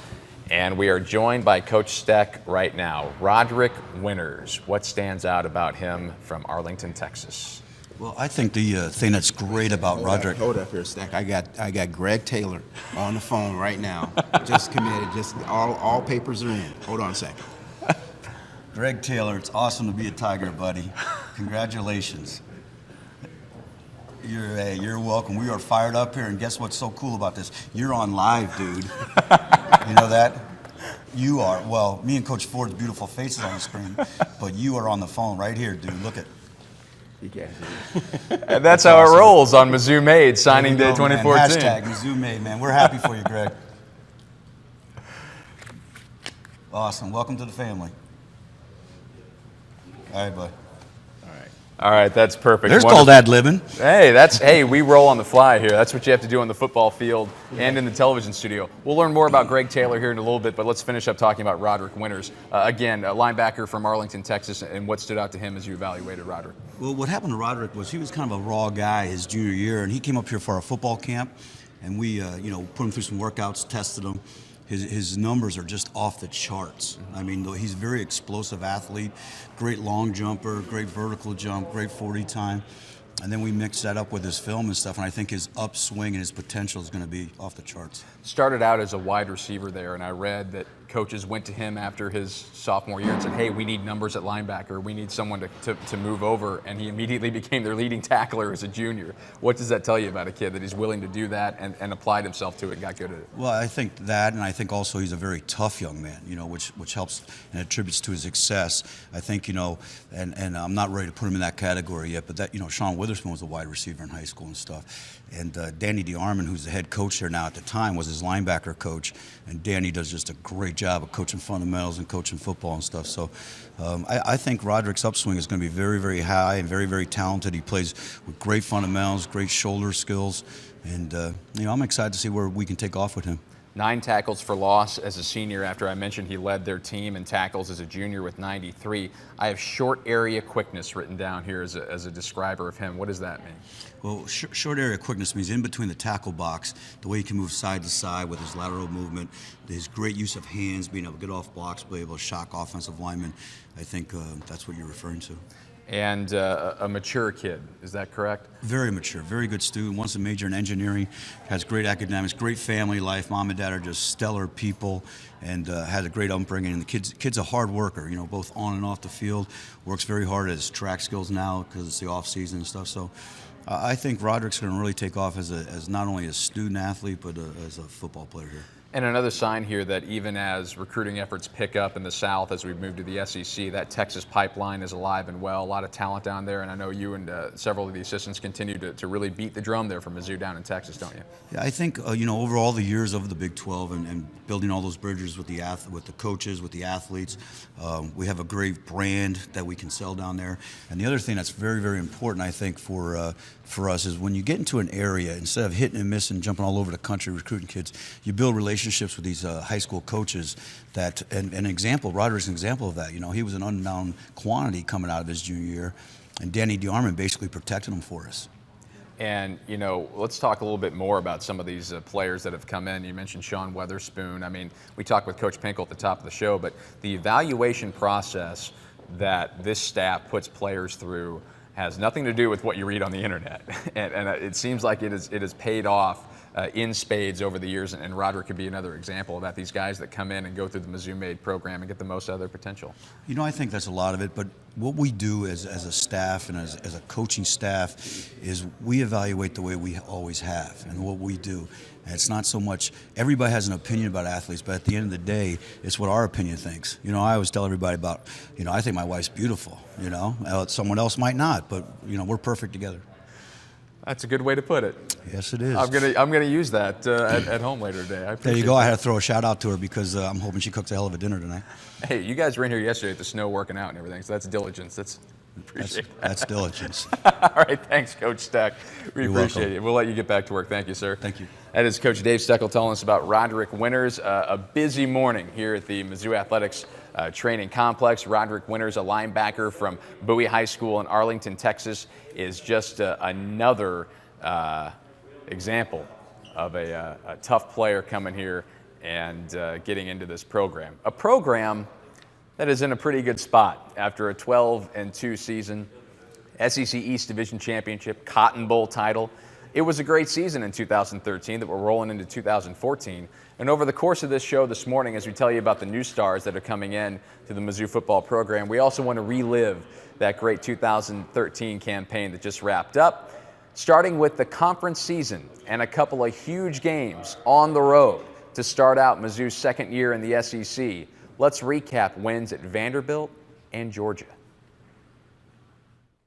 James Franklin, Missouri's starting quarterback, wins the coin toss, and he says the Tigers want the football, so they'll get it first. Quick snap it. Franklin looking right, throws the right sideline. Washington over the shoulder grab to the pylon. Touchdown, Missouri.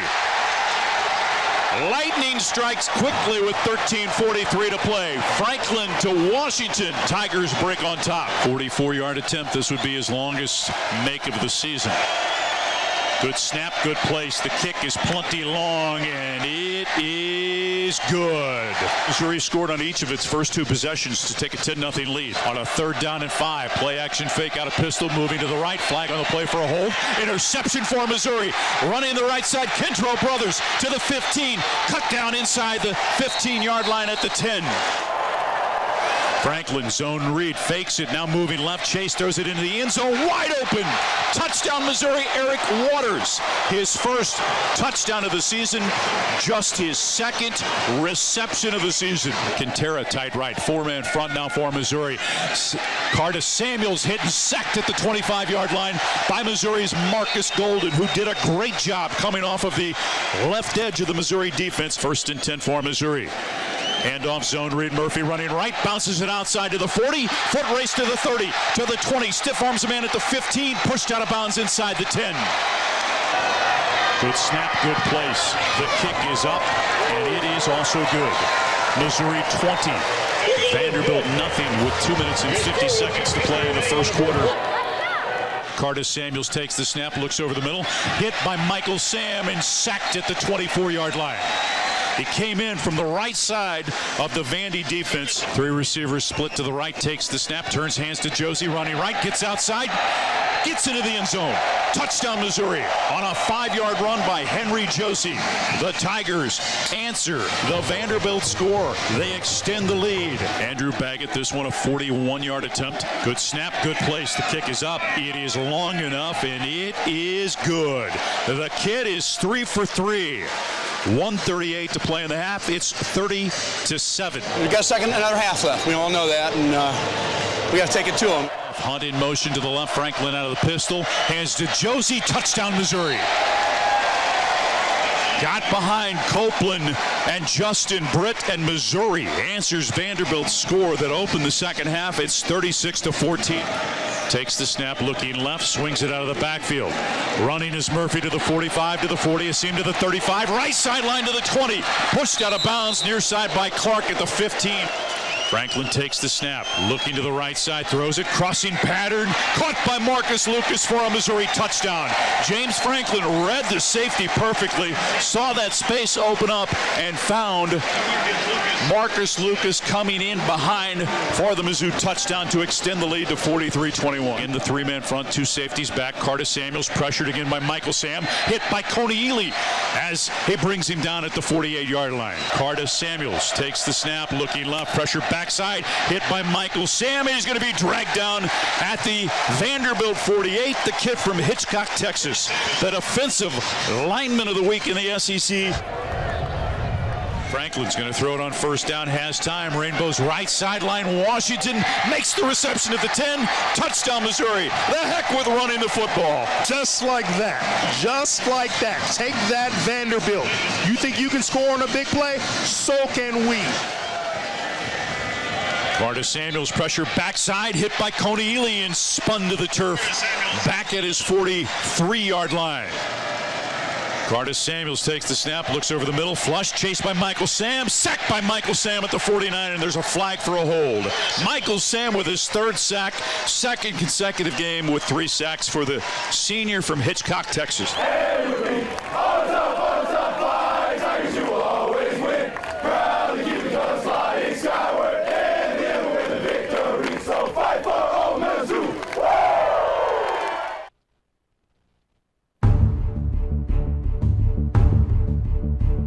At Sanford Stadium in Athens, Georgia on a sunny, glorious day. The Missouri captains over on the far side of Sanford Stadium getting set to make their way to midfield. Let's go! Let's go!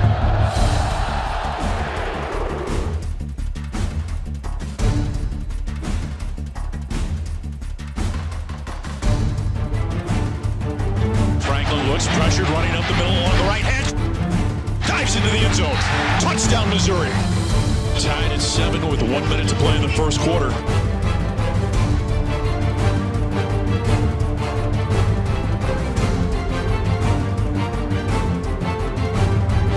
So the Tigers have it 1st and 10 from the Georgia 16. Looking up, throws, lofts it, left side of the end zone. Touchdown, Missouri. Damian Washington on the receiving end. And Missouri breaks on top with 12 minutes and 33 seconds to play in the first half as Washington schooled the freshman Quincy Mauger. Diving grab by Washington. Murphy bounces it outside, gets to the 35, splits 2 defenders 30, cuts it inside of the 20. Breaks a tackle. Murphy to the 10, to the 5, to the house. A terrific piece of running by Marcus Murphy. Missouri now leads 21-10 here in Athens.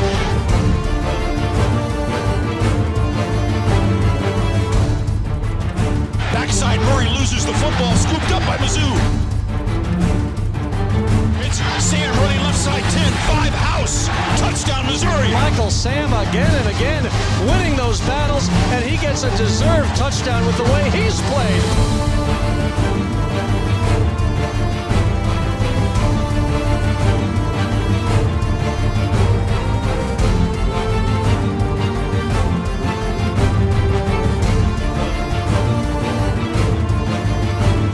Franklin has gone to the locker room. Redshirt freshman quarterback Matty Mock will replace him.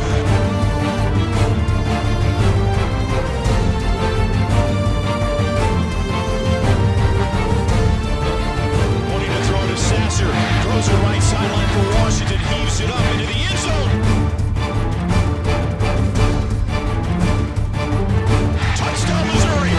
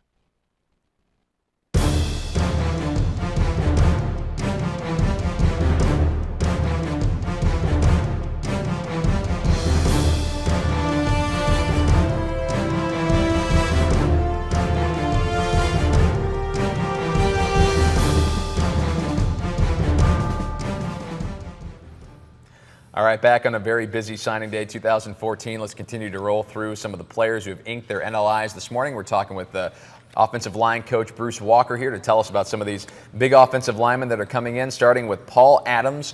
He is a 6'6", 280-pound O-lineman from Christ Presbyterian Academy in Nashville, Tennessee. And Coach, your impressions of Paul Adams? Well, we've been on Paul for a long time. He committed early, and stuck with us and all that. And he's a real talented guy. He's a long, linear guy. Those guys are hard to find that are real athletic. We think he's got a chance to play on the edge for us. So we're excited to have Paul. Great kid, good student, and he's got a lot of upside potential. Class 2A Offensive Lineman of the Year in Tennessee, and a very athletic kid. He even at his size of 6'6", 280, he plays basketball. Yeah, he's a good player on their basketball team, and I'll be glad when basketball is over so he can get in the weight room and get a little bit stronger. Let's talk about Andy Bauer now, a St. Louis kid. This is a little bit more of Paul Adams. Let's stick talking about Paul Adams for the moment because we're getting to see a little bit of his film. Impressions of Paul Adams whenever you see him on film, or is this Bauer? That's Bauer. This is Bauer. All right, so let's stick with. That's Paul Adams there. Yeah. Yeah, Paul you Adams. Can see him. He's got good feet. He can pass pro. He'll need to get stronger, but he's got a little bit of aggressiveness in him, and to me he's a really exciting prospect. Because there's no telling how good that kid can be. A lot of potential. We've talked about it all throughout the morning. These offensive linemen get in, and I'm sure you got a lot of stuff that you tell them. Where do they really need to start their work as they arrive here as freshmen? Well, the number one thing is for most big kids, it's being in the weight room, because to play in this league on the offensive line, you got to be strong, and you got to be tough, and you got to be able to get a hold of a guy and where the guy can't get off you once you get a hold of him. So it's just about, the big thing those kids, because it takes them a while to mature and kind of get their man strength when they're big dudes like that. So, we'll get them tougher and we'll get them stronger, and we've kind of done a pretty good job of developing kids around here, and we'll do the same thing with these guys. He's going to have to develop a sense of humor, the offensive line. Yeah, that's right. Yeah, that's right. If you can't laugh at yourself in our room, you're in big trouble. Let's talk about Andy Bauer now and move on to the big 6'3", 300-pound O-lineman from DeSmet High School in St. Louis. A lot of our fans will recognize the name. Highly regarded kid, 8th-ranked offensive tackle prospect in the country, according to ESPN, and an Under Armour All-American there from DeSmet, and another kid that a lot of effort recruiting, but it pays off in the end. He is here today signing his letter of intent. Yeah, we're excited to get Andy, and then one of the things that you want to do is you want to start in your home state, and I mean, it'd be great if we could get, have 4 or 5 kids every year that were high-level guys like Andy in our own state, and so we're excited to have him. He's got a great family. He's been up here. He's been through the ups and downs of being a highly recruited guy, and he's kind of matured through that, and finally, he made sense of his life and stayed home and is coming to Mizzou. Described as a mauler, big kid. What does that mean, a mauler on the offensive line? Well, he just, watch the tape. I mean, he covers guys up, he drives his feet and knocks them on the ground. We like that kind of stuff around here. Let's move on to another offensive lineman, talk about Kevin Pendleton. We'll get his info up there. Another O-lineman coming here from inside the state. He is a Lee's Summit kid, Kevin Pendleton, 6'3", 320. There's that school again, Lee's Summit West. We got a pipeline coming from there, don't we? Coach Bain keeps pumping them out over there, Kevin is, I'll tell you, he's a big round guy that is athletic. He's loose in his hips. I think the sky's the limit for this kid. I think that he's got a ways to go in terms of his technique and his strength and so forth, but he's just a big giant human that can move around, and those people are hard to find. And he's got a little bit of a nasty streak in him too. He's got great feet, and we watched him on junior tape. We'd been recruiting him for a long time, and he's just it's hard to find those huge dudes. He's going to be a 320-pound player here.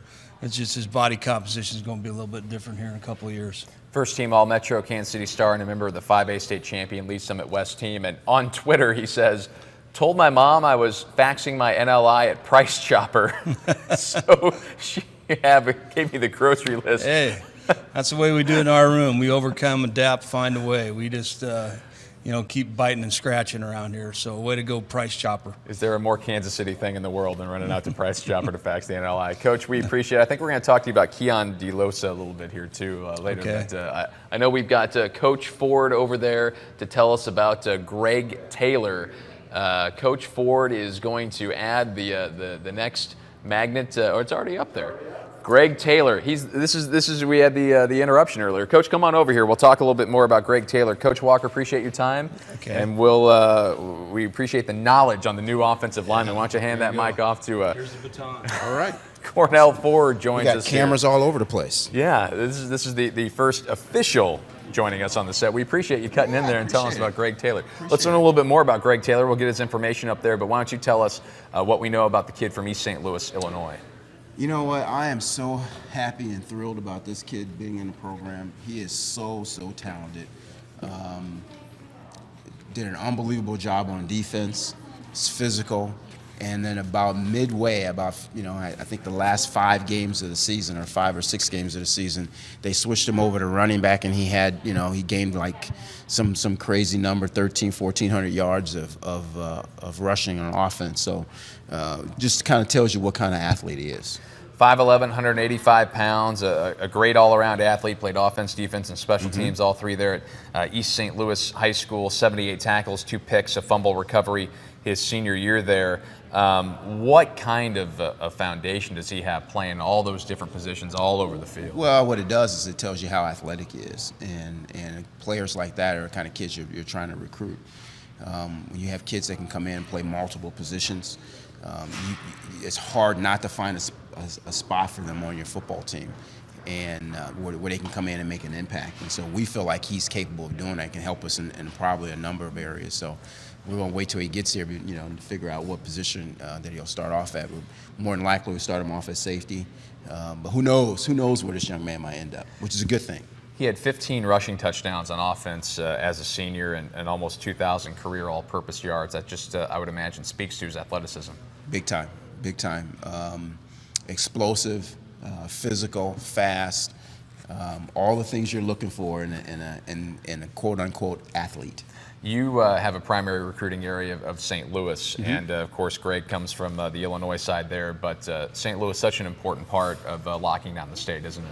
Well, it is. I mean, it's always been an important part to us because it has such great athletes in the area. Year in, year out, you're going to be able to go there and find some kids that can come in and help your program in some way.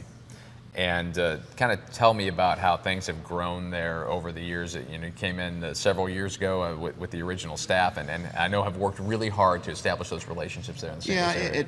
It started off kind of rough, but over the years we've built great relationships and found a lot of friends there in the area. And the high school coaches love our program and love what we're doing and what we're about. And the kids see the success of the program on TV and the winning of the program and the graduation of the program, how our kids graduate. And so when you look at that total picture of what we're producing, it's very, very attractive to the kids, and to also be able to see kids, have the dream of being able to play at the next level. I've been fortunate in the last, 5 or 6 years or so. We've had 3 first-round draft choices from the city of St. Louis, and so I think that speaks very, very highly of the talent that's in the area, and kids can see themselves coming here and being successful. Coach, we appreciate it. Anything else you want to add about Greg Taylor? He's special. Can't wait till he gets here. Can he be here tomorrow? That's what I want. I think he's got to graduate first. We would love that. Coach, appreciate it. Thanks for your time. All right, fellas. No problem. All right, that is Coach Cornell Ford, and we are going to take a quick break. Lots to get to still here over the course of the morning as we continue on MizzouMade Signing Day 2014.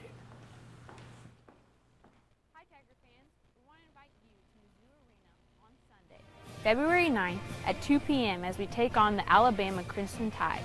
It's our annual Play for K game, and we are encouraging you to wear pink in support of breast cancer awareness. All fans wearing pink to the game will get $1 admission. Please check out our website, playfork.org/MizzouWBB for information about how to donate to Play for K initiative. Let's show our support and color this place pink on Sunday, February 9th at 2 p.m. See you at Mizzou Arena. Thank you, and go Tigers.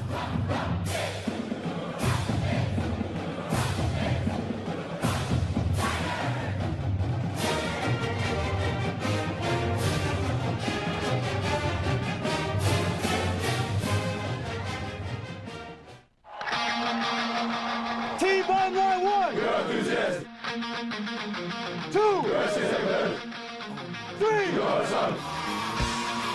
4. Wait up, business. And we are Mizzou, baby.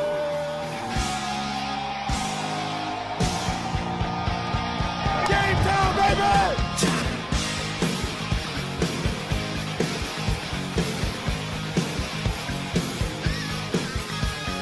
Welcome to the jungle. We got fun and games.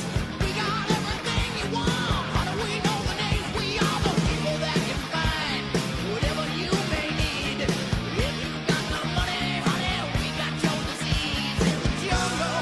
Welcome to the jungle. Once again, it's gonna bring you down.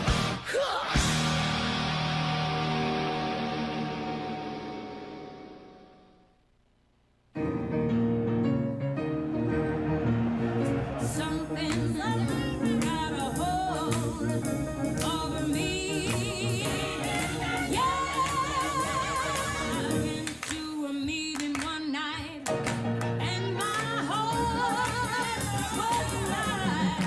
Oh, but something got a hold of me.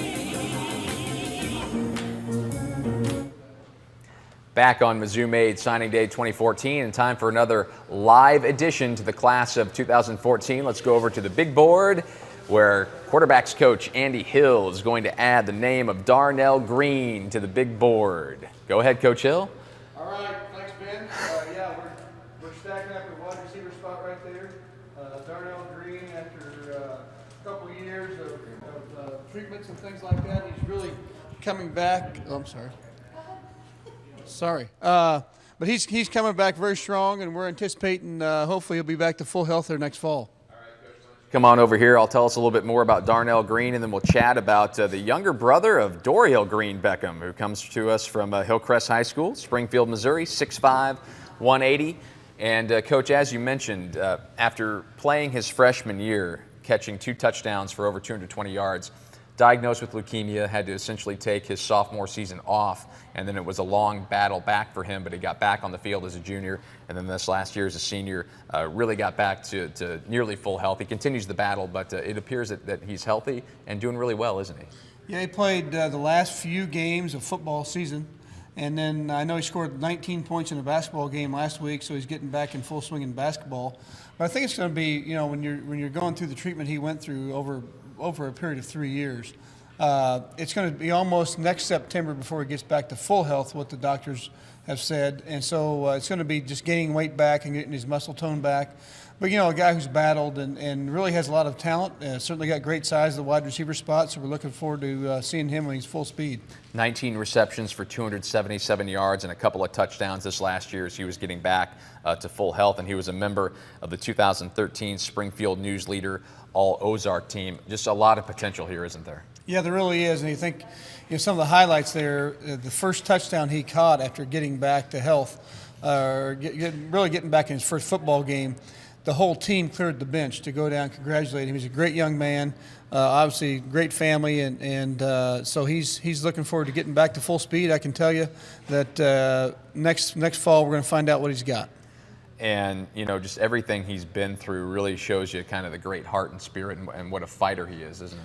Absolutely. I mean, he's gone through a lot. Most people have not had the unfortunate chance to go through that, and he's really attacked the rehab and certainly the treatments, and so hopefully that we can see him and be ready to go full speed. What do you think how nice is it for him to be up here and be in the same environment with his brother every single day, and those two being able to be together and work together? Well, I think having been up for several of the games the last couple of years, being able to see Doriel play, you can see the atmosphere, and he can certainly see the work ethic that our guys have. He's been up for spring practices and whatnot. So really, being here and being excited to be part of our Tiger family will be a plus, having his brother here. Another tall wide receiver. That's a tremendous advantage, isn't it, whenever you get these guys who are 6'3", 6'4", 6'5"? Absolutely. You look back at our matchups last year, very rarely will you find a corner that's over 6 foot tall. And I know the NFL teams are talking about getting 6'1", 6'2" guys, but they're hard to come by. And even E.J. Gaines is 5'10". He's a great competitor, but when you have 6'3", 6'4", even 6'5" guys, it's to our advantage, and that's one huge advantage we had this year, and we'd like to continue that in years to come. We met Marvin Zanders earlier this morning, and he is going to be one of your quarterbacks in the stable this year. Whenever you look at Marvin Zanders, what kind of ability and skill does he bring? Well, he's very talented. I mean, he is top-end athletic. He is a guy that is used to leading the team. He's used to winning, and I think that Marvin, as far as being a great thrower, he's got some mechanics he can still work on to get better. But as far as a guy who's been very effective as a quarterback and certainly leading his team down in Jacksonville, we think he brings a lot to the table athletically. Well, we've got you here. We've seen an awful lot of players from the western side of this state come in, and I know that's one of your primary recruiting areas is Kansas City. Things are going well for Andy Hill in Kansas City, aren't they? Yeah, we got some good guys coming in. Two already here on campus, Michael Fairchild, who you talked to earlier, and Logan Cheadle. Both those guys are here and getting acclimated to college life and acclimated to the beautiful snow we have out today. But those guys are here on campus already. And then today we also got in Kendall Blanton, who we got his scholarship papers in, tight end from Blue Springs South. Tremendous talent. His dad played 7 years in the NFL. Great family. He's a guy that probably in their offense at Blue Springs South did not catch as many passes as he would like. But truthfully, you look back at Martin T. Rucker, who caught 7 passes as a senior in high school. Kendall, we think, at 6'6", 245 pounds right now, playing basketball, will leave as one of the all-time blockers in his high school history basketball season. But he's a guy that I think has tremendous upside. He's not had much high school success, but will have in years to come. And then also we have Grant Jones from right here in town, who we probably talked about with Coach Jones. And then we have some other guys from, there's always great players from western half of the state of Missouri. I would be remiss if I didn't mention that we are in the presence of a Hall of Famer now. Congratulations on being inducted into the Missouri Sports Hall of Fame this last weekend. It was cool. It was neat for myself and certainly for my family. The fact that the ceremony was on my birthday made it double special for me. But I think, being just longevity, and there's a lot of people to thank, having all the football players and coaches I've coached with, Larry Smith, Gary Pinkel, and coached under, it's been pretty special to be at Mizzou for a long time. This is your 19th season here, isn't it? Coming up 19 seasons, and there's, if I can get to 20, my wife will give me a kiss, she said. Along with like a watch from the university or something like that, right? Something like that, yes. Coach, we appreciate that. I know this is just such a big day, and we really appreciate you taking some time, swinging by and talking to us about all those guys. Yeah, thank you very much, and we're excited. It's a great day to be a Tiger. All right, let's introduce you to another new member of this Mizzou football program. Thank you, Coach Hill. This is Keon DeLosa. He is a 6'3", 190-pound wide receiver from Round Rock High School in Round Rock, Texas, just outside of Austin. And Keon DeLosa at 6'3", 190 has a great frame to build on here. We're going to be joined by Coach Bruce Walker, who recruited Keon out of Round Rock, Texas. Keon DeLosa, tell us a little bit more about this exciting wide receiver prospect out of Round Rock. Well, he's a guy that we kind of found late, and we watched the tape about 17 times, and he's a big, tall, good-looking kid, and he's going to fit into that mold of the big, tall receiver that we got. He's probably the tallest guy we got in this class. Along with him and Nate Brown are about in the same size, about 6'3". He's about 195 pounds right now. But he does have, he's got foot speed. He can get in and out of a break. I think his best days are ahead of him in terms of him learning his craft and becoming a really polished receiver. But he's tall, fast, and mean, and that's the way we like him around here. So, good student, real nice family, and we're excited to have him. And he's just kind of one of those guys. We go around, keep hunting and pecking, and find a guy that he's got a chance to be a great player here. 55 catches, 5 touchdowns, 711 receiving yards, and he also had an 88-yard kick return for a score this year. Austin American-Statesman says that 3 of his touchdowns were 60 yards or longer, so it seems he has that big playmaking ability. Yeah, and he's not playing against a bunch of schleps down there either. He's playing against good players and high-level competition. He's able to run away from them. He's got legit foot speed. He's got good ball skills, and he's an explosive player, and boy, that's what you want. That's hard to defend when you're a defender, especially get to go against those smaller corners. We just heard Coach Hill telling us how important or what a factor height can be for these receivers. And when you get a big, tall guy like that against a 5'10" corner, that's a huge advantage, isn't it? Well, there's no doubt. If you got a 5'10" corner and you got a 6'3" receiver, you start with 5 inches of advantage. But when you add the difference in their arm length, it's probably more a 7 or 8 inch advantage, for the taller receiver. So, a lot of teams in our league, they tried to play man coverage on us, and it didn't work too good this year. So, you got to have those guys that can beat man coverage in order to be successful in this league. Out of Round Rock, Texas, Keon DeLosa, you continue to be one of several coaches on this staff who are recruiting Texas and continuing that Texas presence. And how important is that to continue beating the Mizzou drum down there in Texas? Well, we've been down in there so long, and we have great relationships down there, and we've had so many kids that have come from Texas. They've come up here, they've been successful. A lot of them don't go back to Texas. A lot of them stay here. But I think that helps us. That gives us that presence down there. With that being said, though, for some kids, it's a little tougher being down there with the change in leagues, from it was being in the old Big 12. But you still offer a kid the opportunity to play in the best league in the country and go to one of the best schools in the country as well, too. And there's so many players from Texas on this roster now. I would imagine a lot of these kids that come up from the Lone Star State just feel right at home with so many teammates that are from the same place as them. Well, that's right. And then they can split the cost of gas when they carpool back and forth during breaks, too. How have you seen just kind of over the years, because of the work that you and other coaches have put in down there, the profile of Mizzou raise over the course of the last dozen-plus years? The profile of this program just has to keep going up in Texas. Well, it has been good in Texas because, I've been recruiting down there for 13 years, and you can sit there and you're sitting at a home and say, okay, here's all these kids that are from your home state, okay, or where you're living right now, and they've come up here, they've gone to Mizzou, they've enjoyed it, they've been successful, they've graduated from college, they've gone on to play in the NFL, or whatever the case may be. It's been obviously a big bonus for us in our recruiting over the years. Anything else to tell us about Keon DeLosa? Well, I had to get his date of birth, which is the 30th of July. He's only 17 right now. He'll turn 18 next July 30th, about 3 days before camp starts. So that'll be interesting. And I had to get his name right for the driver's license to get his flight booked. And his name is Keon Elijah Malik DeLosa.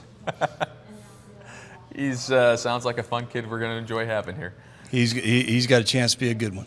All right, we appreciate it, Coach. That's Keon DeLosa, wide receiver from Round Rock, Texas. Coach, thanks for your time. Thank you very much. All right, let's move along, reliving this great 2013 season as we tell you, thank you, Coach, as we tell you about the new players coming in here on signing day 2014 after a pair of huge road wins to open up Southeastern Conference play at Vanderbilt and Georgia. The Tigers came back home to face one of the most fearsome defenses in the entire country. I think a lot of you were there. By now, we all know things went pretty well that day against the Florida Gators. Clad in the black pants with the gold jerseys. And your starting quarterback, number 7, Annie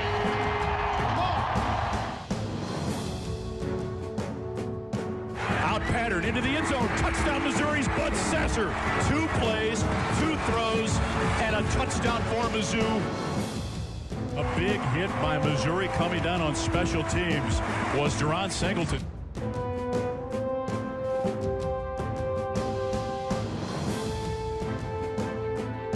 Hit and going to be sacked at the 34 by who else? Shane Ray. Pressure backside, sacked by Michael Sam at the 31-yard line. There he is, the young man from Hitchcock, Texas. Andrew Baggett, he's 2 for 2 today. And Missouri extends the lead to 10 with 7 minutes and 55 seconds to play in the first half. Throws, got a man open to the seam. Jimmy Hunt at the 4 to 45, breaks a tackle to 40, right sideline to the 20. Hands to Josie, gets a seam to the 5, to the house. Touchdown, Missouri. Touchdown. Pressure backside, hit and dropped. Sacked once again. Michael Sam with his 2nd sack of the day.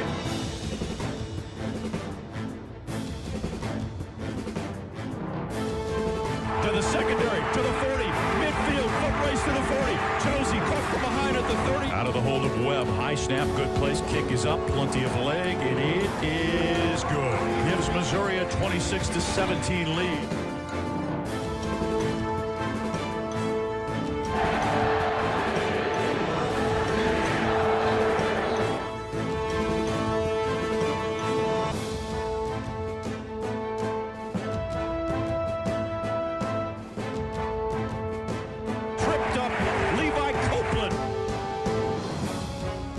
Folks, I'm just telling you, look at this site as they're playing We Will Rock You.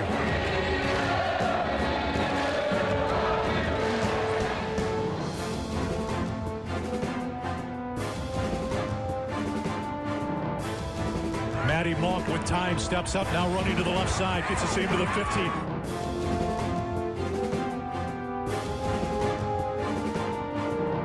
Up to the 10, to the 5, to the pylon. Touchdown, Missouri.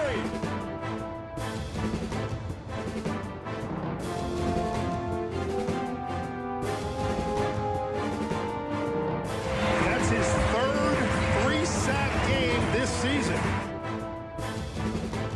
As the Tigers, in back-to-back weeks, knock off Georgia and Florida, with South Carolina coming to town.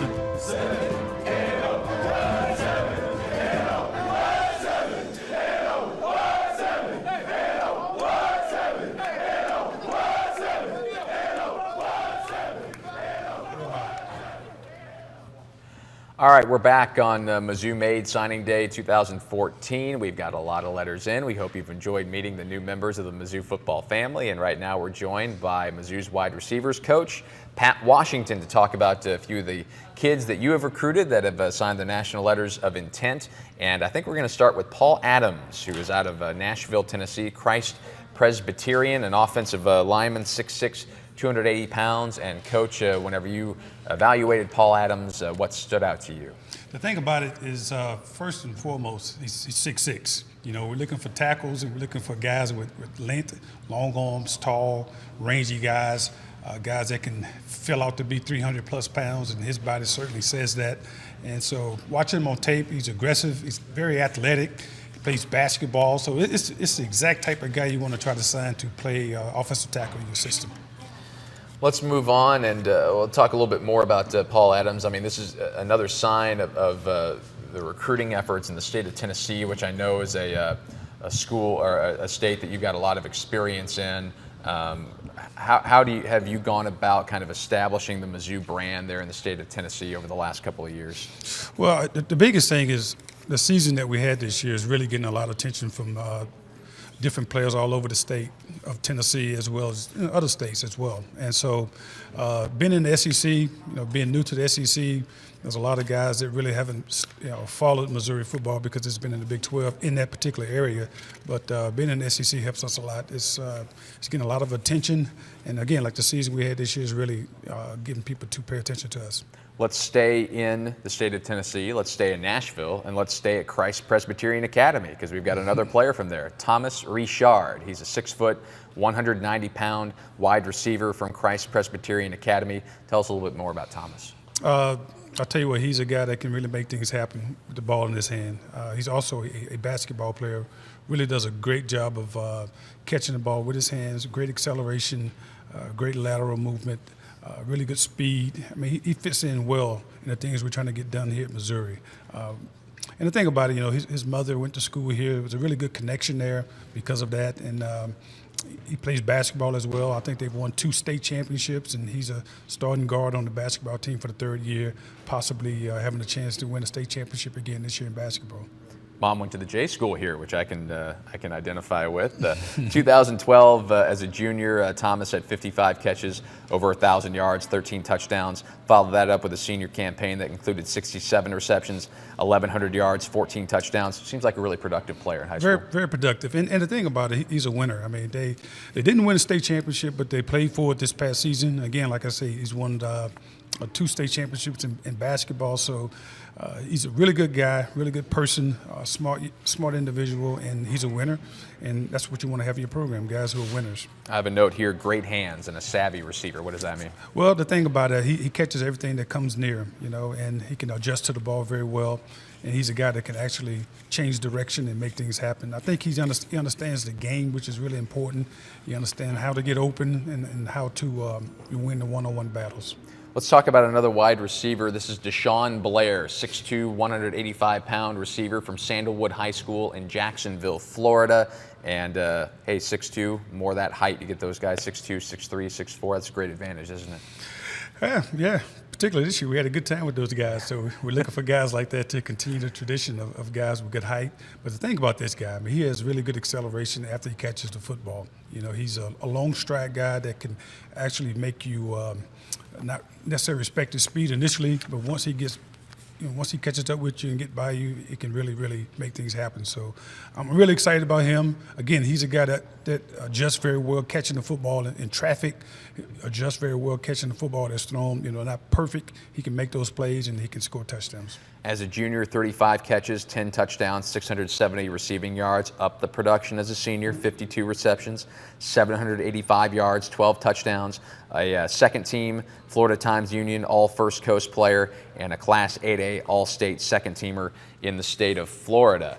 Nate Brown, another wide receiver, North Gwinnett, the Gwinnett County Offensive Player of the Year, 6'3", 205. What are your impressions of Nate Brown? A big, strong individual. He came to our camp this summer and really showed me that he has great hands. He has great football knowledge, great football IQ, understands the game, runs really good routes. The kids nowadays, they're in systems in high school that it's not very difficult for them to go from high school to college because they learn how to run routes. They understand coverages. And his system is a no-huddle system, which is what we have.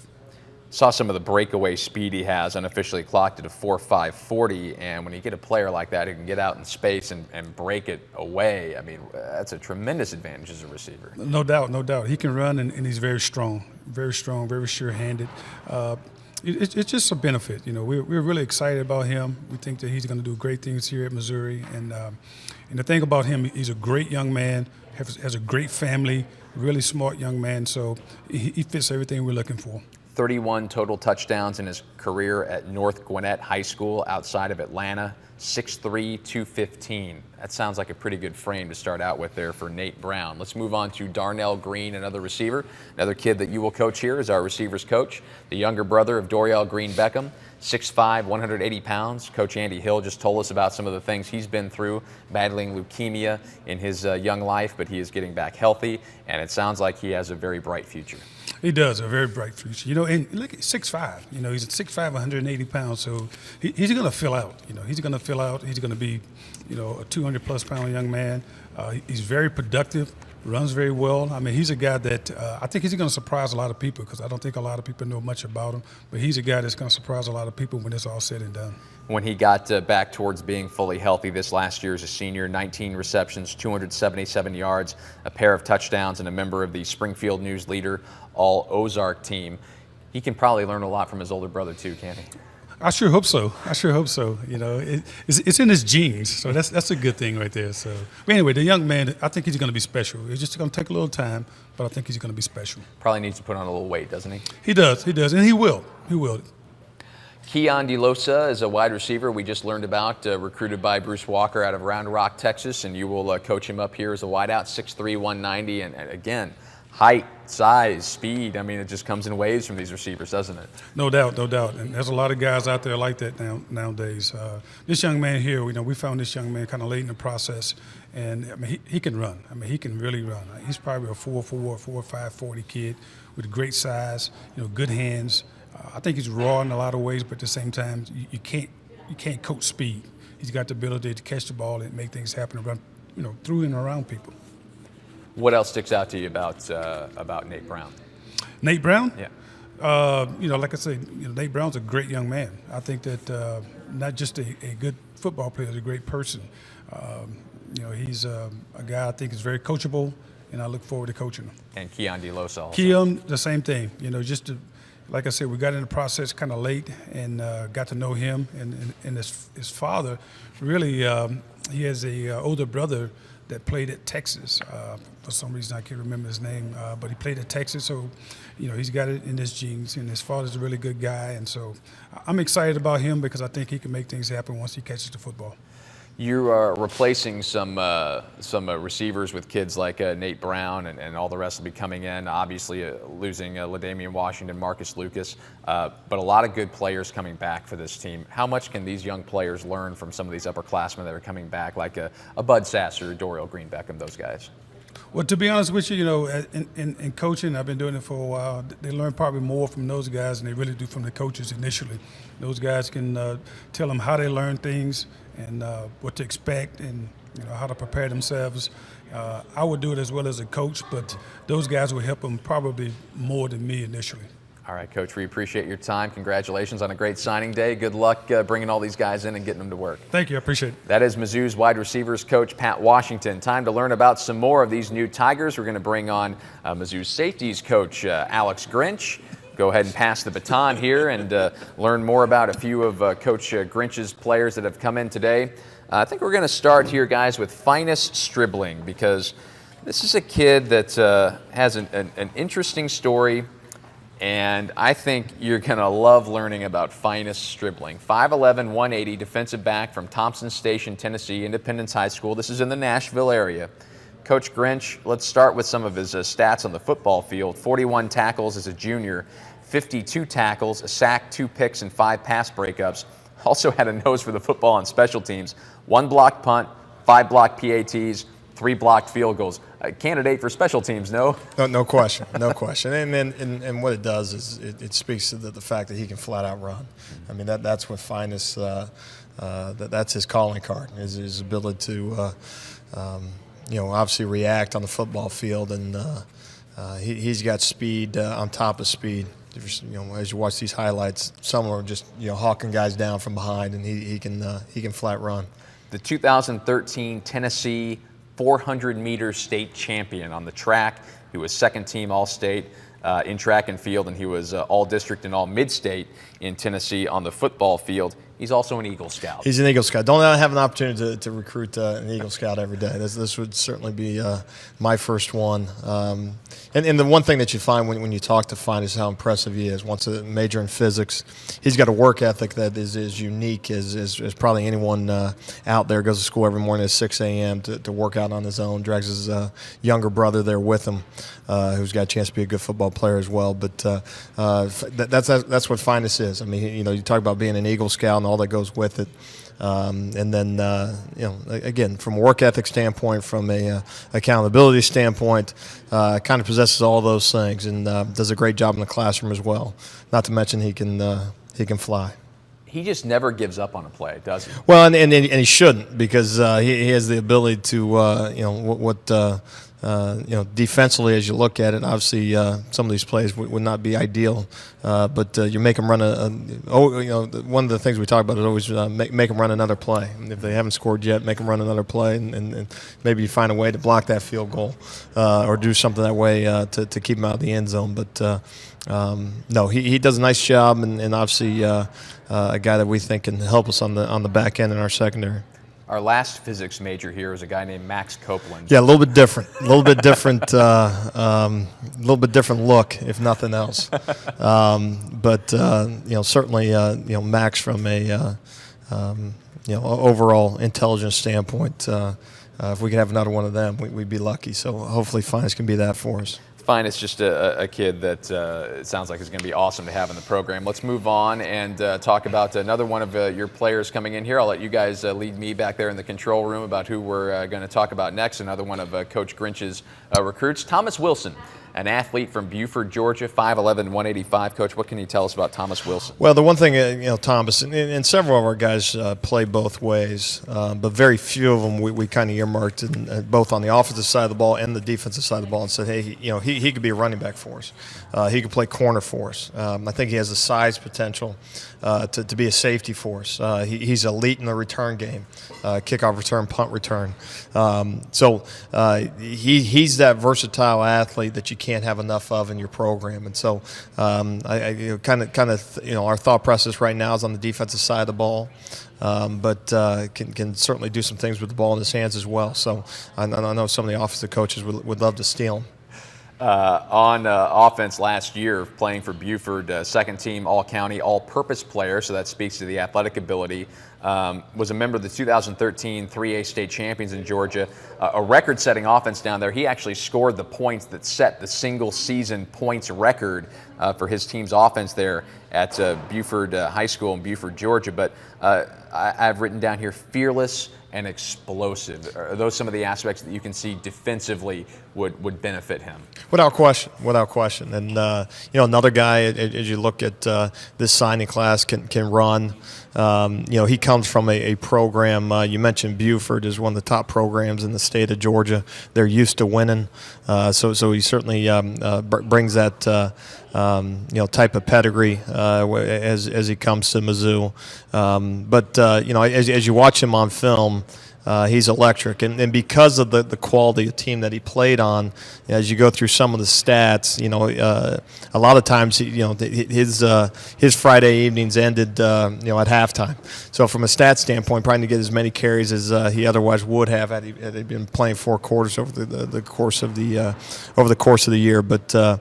Has a knack for finding his way into the end zone, and a very productive football player. Yeah, and one game where that wasn't the case was the state championship game. He rushed for 3 touchdowns, 118 yards. All right, Nate Brown, also out of the Atlanta area.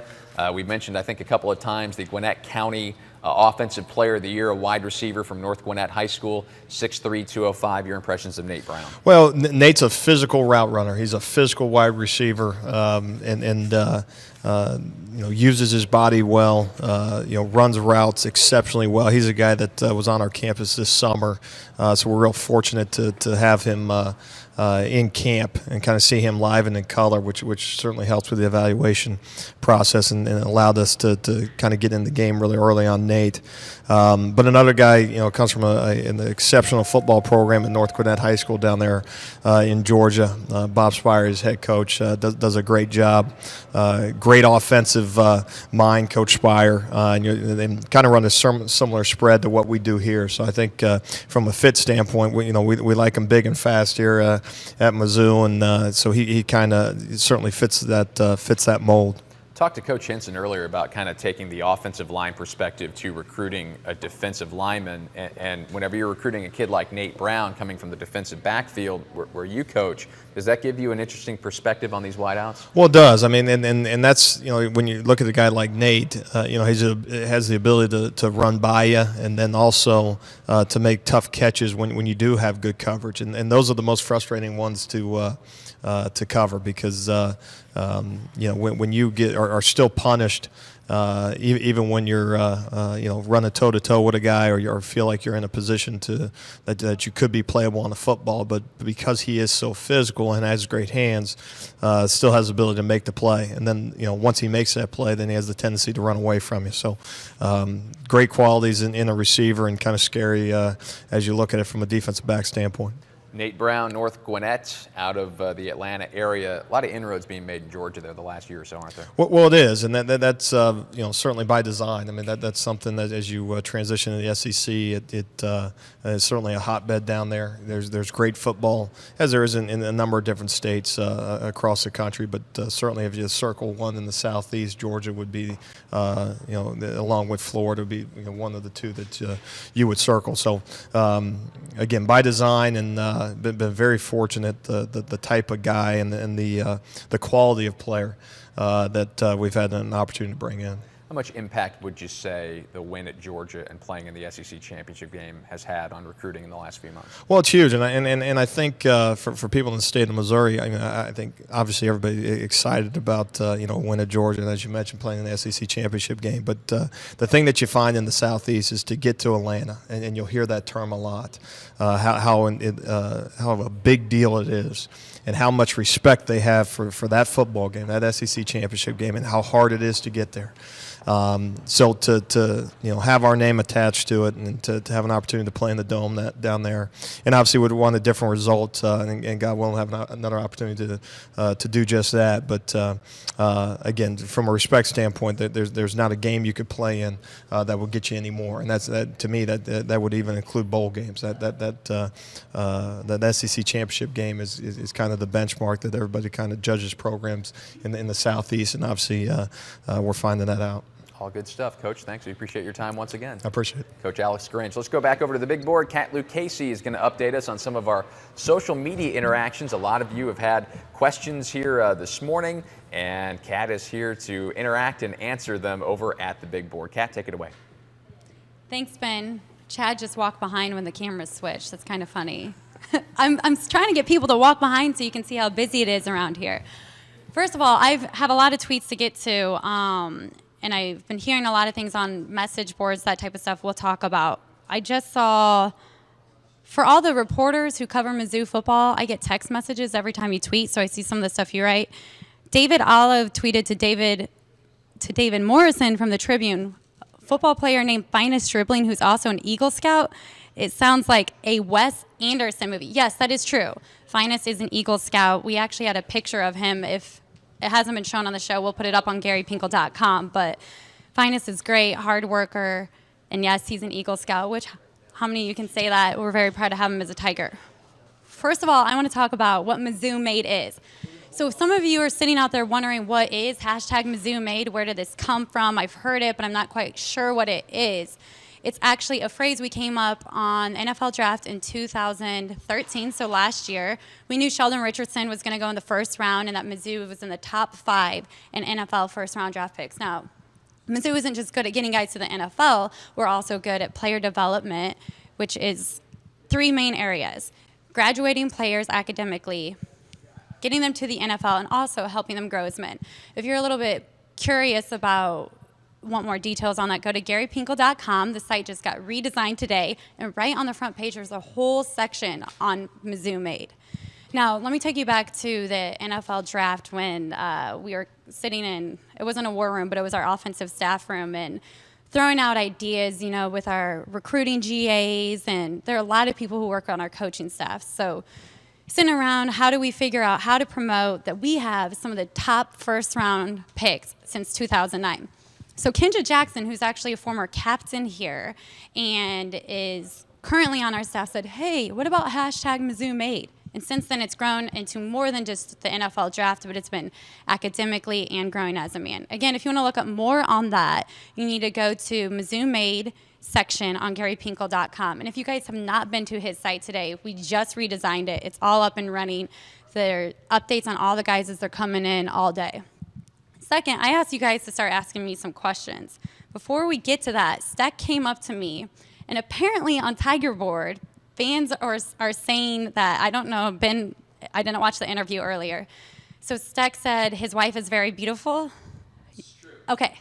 Mary Beth is fired up that Steck called him beautiful on a live show. So we are reading Tiger Board. Mary Beth is reading it. Steck is reading it. We're fired up about that. So Steck did not mean that in any bad way. He thinks Mary Beth is just as beautiful as Roderick Winters is athletically. So that was the comparison. If you guys have any questions, tweet to me, Coach Pinkle, whoever, and we'll go ahead and explain all of that. Okay, let me pull up a few. Hold on a second. I have a few screenshots of tweets you fans sent out. Oh, Gabe DeArmond. This was at like 9:30 a.m. Since Rivals is down, maybe Cat and Mizzou football will let me borrow the fax machine to send out updates individually. Gabe, I hope your site's back up and running. You know, we're trying to confirm people out there. You know, we're all working together today. So hopefully that got together. You know, when a lot of people are going to your site, it tends to go down. JT Sanders, amazing coverage today. Love the features you have added to the Mizzou network. Hashtag MizzouMade. Appreciate that. It is good to hear. You know, Ben loves hearing that he does a great job on those down cam highlights that we've been playing throughout the show. Stories, features. If you guys have any ideas on things you want to see, stories about guys, just let us know. Tweet us. We're always checking that kind of stuff. Steve Lemler. Okay, we have a graphic for this one. I think they played at the top of the show. Am I being optimistic to think this recruiting class is better than being given credit for? Who are you most excited about? So I think what he means is, you know, you're watching ESPN right now and they're not saying our recruiting class is ranked into the top 10, and that's based on stars. Well, Mizzou does not care about stars. We have our own evaluating system, our own recruiting evaluation that Coach Winkle's done the whole time he's been here. He got it from Don James, who he coached under previously. Ben talked about that at the top of the show. We'll put that segment up later on MizzouNetwork.com. But if you guys have the okay, it's playing right now. So we have plenty of, you know, quote unquote 2-3 star guys, you know, from around the entire country at all positions that we saw, we evaluated. We knew that they could go through our player development program and to develop into draft picks, first round draft picks. Again, Spoon, 2-star recruit out of Jasper, Texas. He is a captain for the Atlanta Falcons.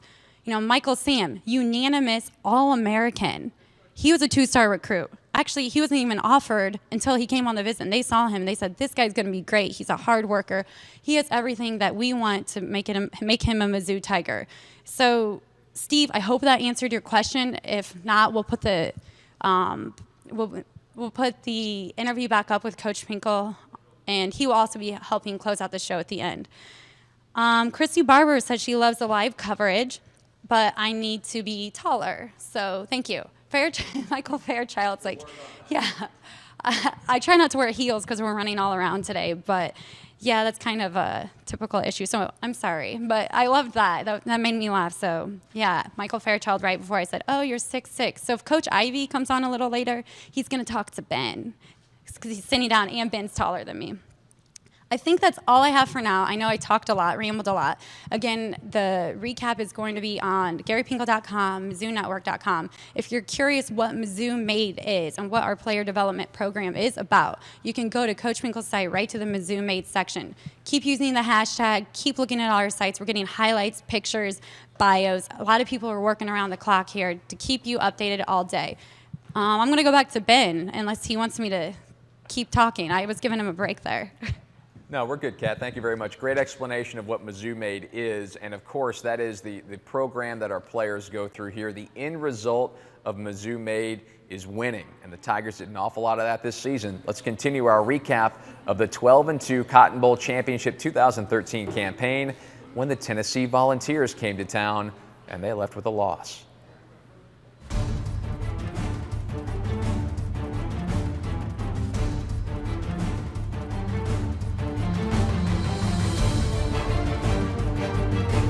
Underneath for Green, Beckham weaving his way from left to right to the 5, gets outside and walks into the end zone. Touchdown, Missouri.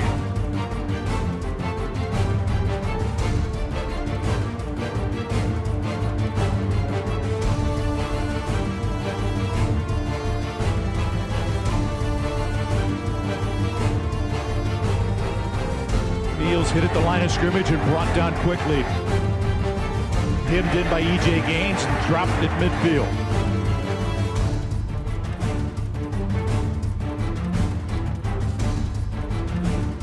Pressure from the backside, going to be hit and sacked by Marcus Golden, the Afton, Missouri native. gets a block and gets outside. Mark to the 25, to the 20, to the 15, pushed out of bounds at the 13-yard line. Good place. The kick is up, and it is good. Andrew Baggett connects to give Missouri a 10-0 lead. Fakes the zone read, pressured by Coney Ely. Backside unloads it towards the sideline. Intercepted by E.J. Gaines, his 4th of the year.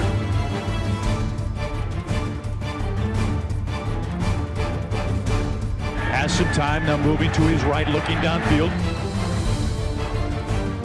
Wide open, LaDamian Washington. Touchdown, Missouri. The Tigers extend the lead. A scoring strike of 26 yards from Matty Martin.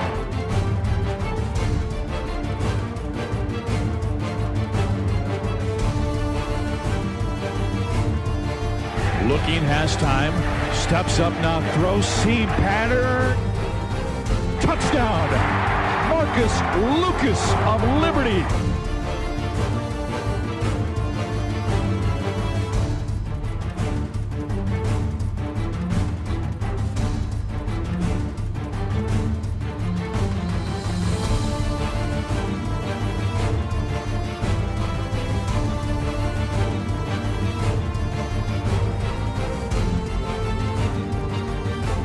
Pressure backside from Golden, hit front side and wrestled down back at his 35 by Shane Ray.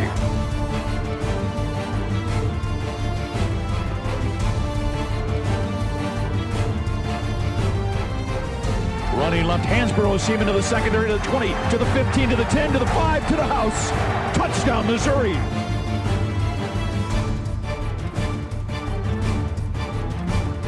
Missouri 31, Tennessee 3.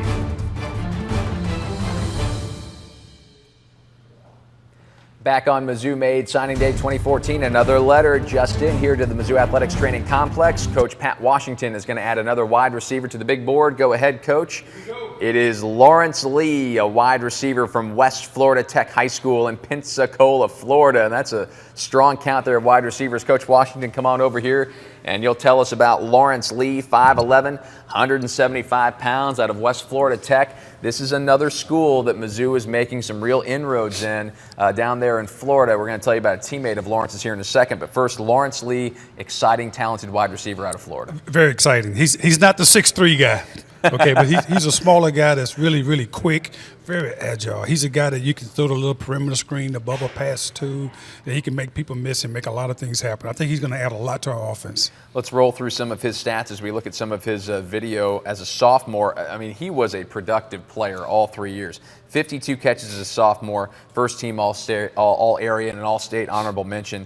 Followed that up as a junior with 51 catches, over 1,000 yards, back-to-back 1,000-yard seasons to start his high school career, and then capped it off with 1,100 yards, 47 catches, 13 touchdowns as a senior, and he was second team all-state Florida 5A. Just an exciting player. No doubt, no doubt. He played more both ways last year as a senior, so I don't think they use him as much on offense, although his production was really good. But he played both ways and had to play the whole football game. So he's a tough kid. You know, he may not be the biggest guy, but he's probably the toughest guy that we signed in this class. 41 tackles, 5 interceptions on defense as a DB, as you mentioned, playing both ways there at West Florida Tech. Explosive speed, 4.45 in the 40. No question. He's a guy, like I say, you put the ball in his hands and he can make some things happen. He can take the perimeter screen game and take it to another level. So I'm really, really excited about having him, and I think he's going to do great things here at Missouri. What does it say about him that he was a productive player 3 straight years, 3 straight 1,000-yard seasons as a receiver there? There's no question. You know, he's very durable, you know, for his size. You look at a guy his size, you think, well, maybe he'll have a problem staying healthy, but he had no problem staying healthy. He's durable. He's productive. And you put the ball in his hand, he's going to make some things happen. And he's got a teammate who is coming up here from West Florida Tech in Pensacola, defensive lineman Roxell McWilliams, 6'3", 245. Tell us about Roxell. I'll tell you what, the biggest thing about Roxell, he's a really tough guy. I mean, he's a tough guy. He can take on blocks, and he's very quick for a guy his size. You know, he's going to add to what we've had in the past at defensive end, guys that can go and sack the quarterback. You know, he's got great quickness. He's really fast, and he's like I said, really tough kid. Really tough kid. Pensacola News-Journal All-Area Team after a 73-tackle, 7-sack senior season. I see him described as ferocious and physical. He's very physical. You know, like I say, that's probably the thing that's, you know, one of his biggest assets. He's very physical, but at the same time, I'm telling you, he's really quick, really fast off the edge. He's a guy that can make some things happen. Is there anybody here, we have so many talented defensive linemen here and have produced so many. Is there anybody here that really, do you need to get that? Is that? Well, yes, Lawrence Lee called me right there too. You go ahead and take that phone call, Lawrence Lee. Well, actually, I'll just call him right back. Okay. I'll just call him right back. Hey, things happen, right? Hey, that's how we go. It's signing day, right? It is. It's a crazy day, but it's been a great day for us. Yes. Roxell McWilliams, let's finish up on him real quick. Sure. Very powerful kid. No doubt, no doubt. Anything else stick out? Anybody that you compare him to here of all the talented defensive linemen? You know, it's hard for me because I haven't been around here long enough to compare him to some of the guys. But, you know, with his quickness, his size, you know, he's a guy that can be very, you know, he can be as quick, as fast as, you know, a Sam's, but at the same time, he's going to be bigger than him coming in from high school. So you can compare it to him as a little bit, I guess. West Florida Tech. Nice stomping grounds for us down there. No doubt, no doubt. They love us there, and we're going to keep it going. Go call Lawrence Lee. I will. Thank you. Appreciate everything. All right. Thank you, Coach Washington. As Coach Washington goes off and talks to Lawrence Lee and welcomes him to the Mizzou football family, we're going to tell you about a new family that we here at Mizzou Athletics are entering this August. It is the SEC Network. Probably heard a lot about this. A great joint venture starting this August between the Southeastern Conference and ESPN, and something big is certainly coming this August. There are going to be over 1,000 live events, both on the cable and satellite channel, which is already going to be available on AT&T UVerse and Dish Network. Over 1,000 live events, both on the cable and satellite channel, and also on the digital side. There's going to be a digital portion you'll be able to stream on your phone, your tablet, your laptop, or your home computer. SEC Network debuts this August 2014. We're going to be a part of it. Every single school in the Southeastern Conference is going to help produce those 1,000 plus live events, and that's in the first year alone. We're in the process right now of designing and building a brand new broadcast facility right here on campus inside Mizzou Arena to be able to bring you these live events from all over the sports park here at Mizzou. It's going to mean more access to more live coverage of Mizzou Tiger Athletics on ESPN's platforms, as well as the SEC digital side. The SEC Network debuts this August. You need to go to getsecnetwork.com right now and notify your cable or satellite provider that you want the SEC Network, because among other things, going to be a triple header of college football action every single Saturday on the SEC Network. All right, we're joined by Mizzou's defensive line coach Craig Kulagowski to talk about some of his players that are going to come in here. We were just speaking with Coach Pat Washington about Roxell McWilliams. He helped recruit him out of West Florida Tech there in Pensacola. I know he's a very exciting player. Let's talk a little bit more about him. What sticks out to you about Roxell McWilliams? Well, Roxell is a big physical kid. He's a kid that we identified early. Coach Henson saw him in the spring, and we extended an offer to him early. And Florida made a big push for him all the way up to signing date, and he stuck with us. We expect, obviously we expect big things out of him. He's coming in a key position for us where we're going to have some youth, probably get some playing time next year. And the kid's tough. He's got a long reach.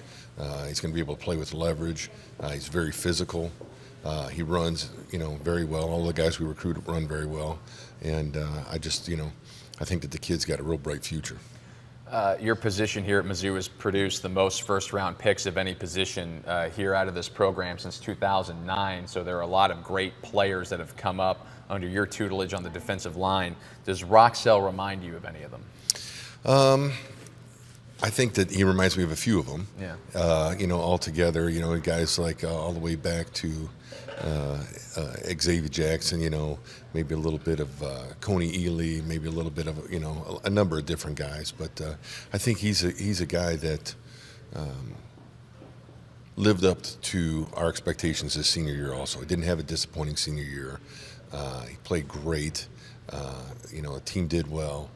and I think he was a good leader for him on and off the field. So he's really lived up all the expectations we've had of him so far.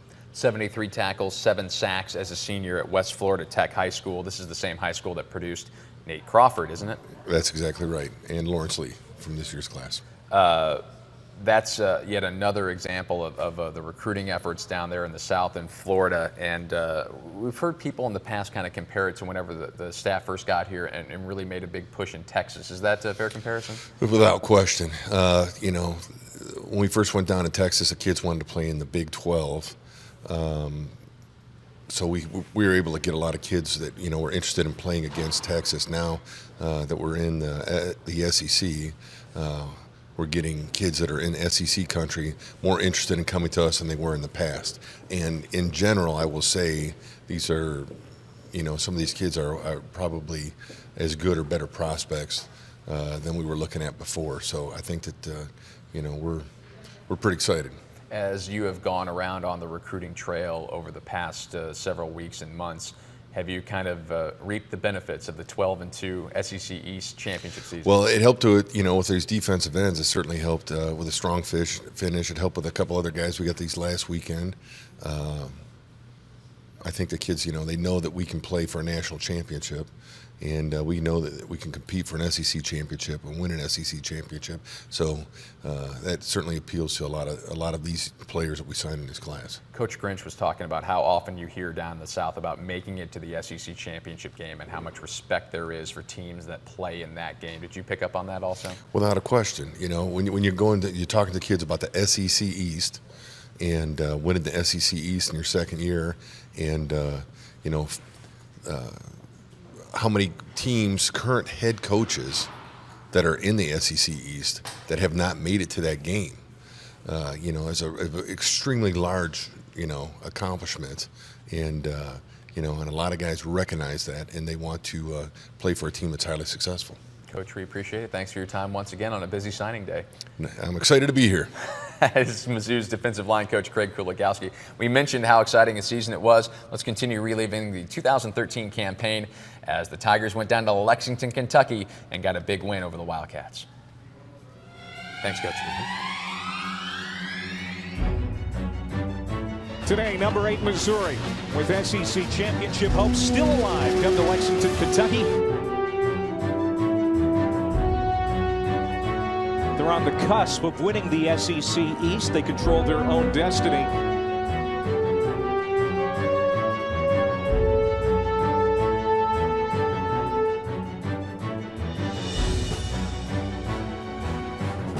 Good open field tackle. Singleton on the stop. Throws left sideline for Green. Beckham, he makes the reception at the 45-yard line of Missouri. Whitlow wants to throw, pressure up the middle, hit and sacked on a delayed blitz by Donovan Bonner at the 13-yard line. They're going to actually mark a forward progress, stopped at the 14.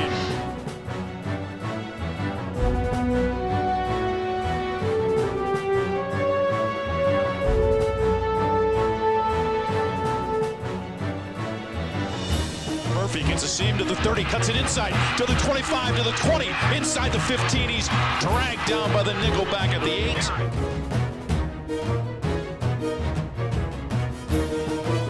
Beckham with the leaping grab, Mock with the perfectly thrown ball as he put it up and allowed the 6'6" sophomore. No one's going to stop him. Flush wants to run, tripped up in the backfield and brought down by Coney Ely. And Missouri gets the football back. That's a big play by Coney Ely.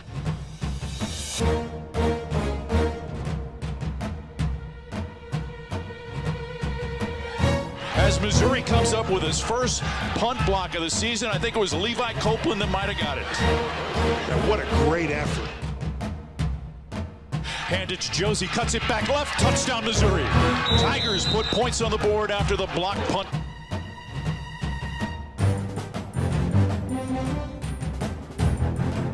Separated from the football by Singleton. Running right, Whitlow, but he gets sacked before he can take off.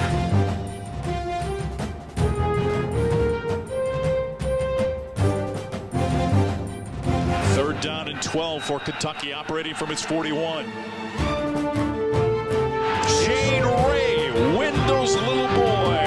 sack.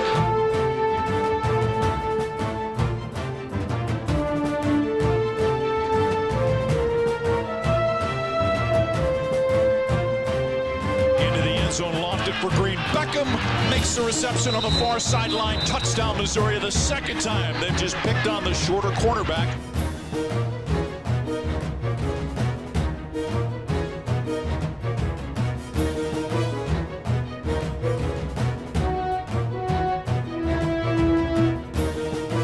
One defender there, left sideline, dives to the end zone.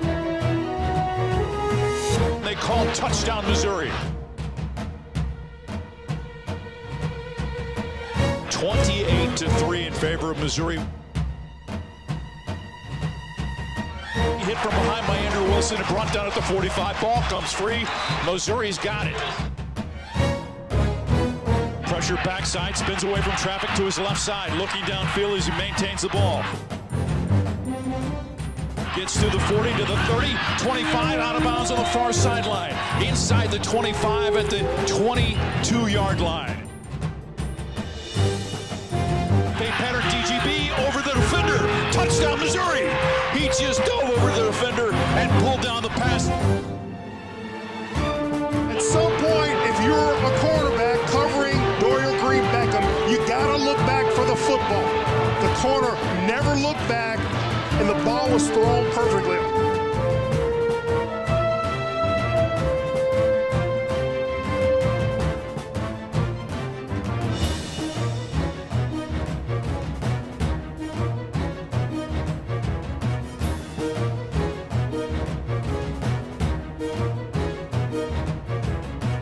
Crossing pattern DGB. Touchdown, Missouri. The fourth to Dorial.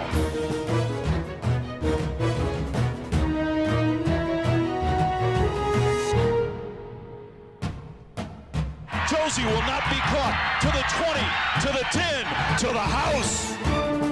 He races 86 yards. Pressured, hit, and sacked by Matt Hoke.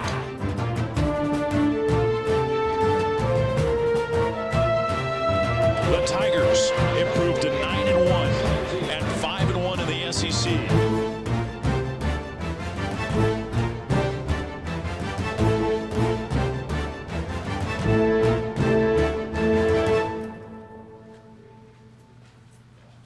All right, another great game on Mizzou's 12-2 season. We're looking at the 2014 season now, so we welcome the new members of the Mizzou football family on MizzouMade Signing Day 2014. And let's recap the entire class as it exists right now, players who have signed this morning.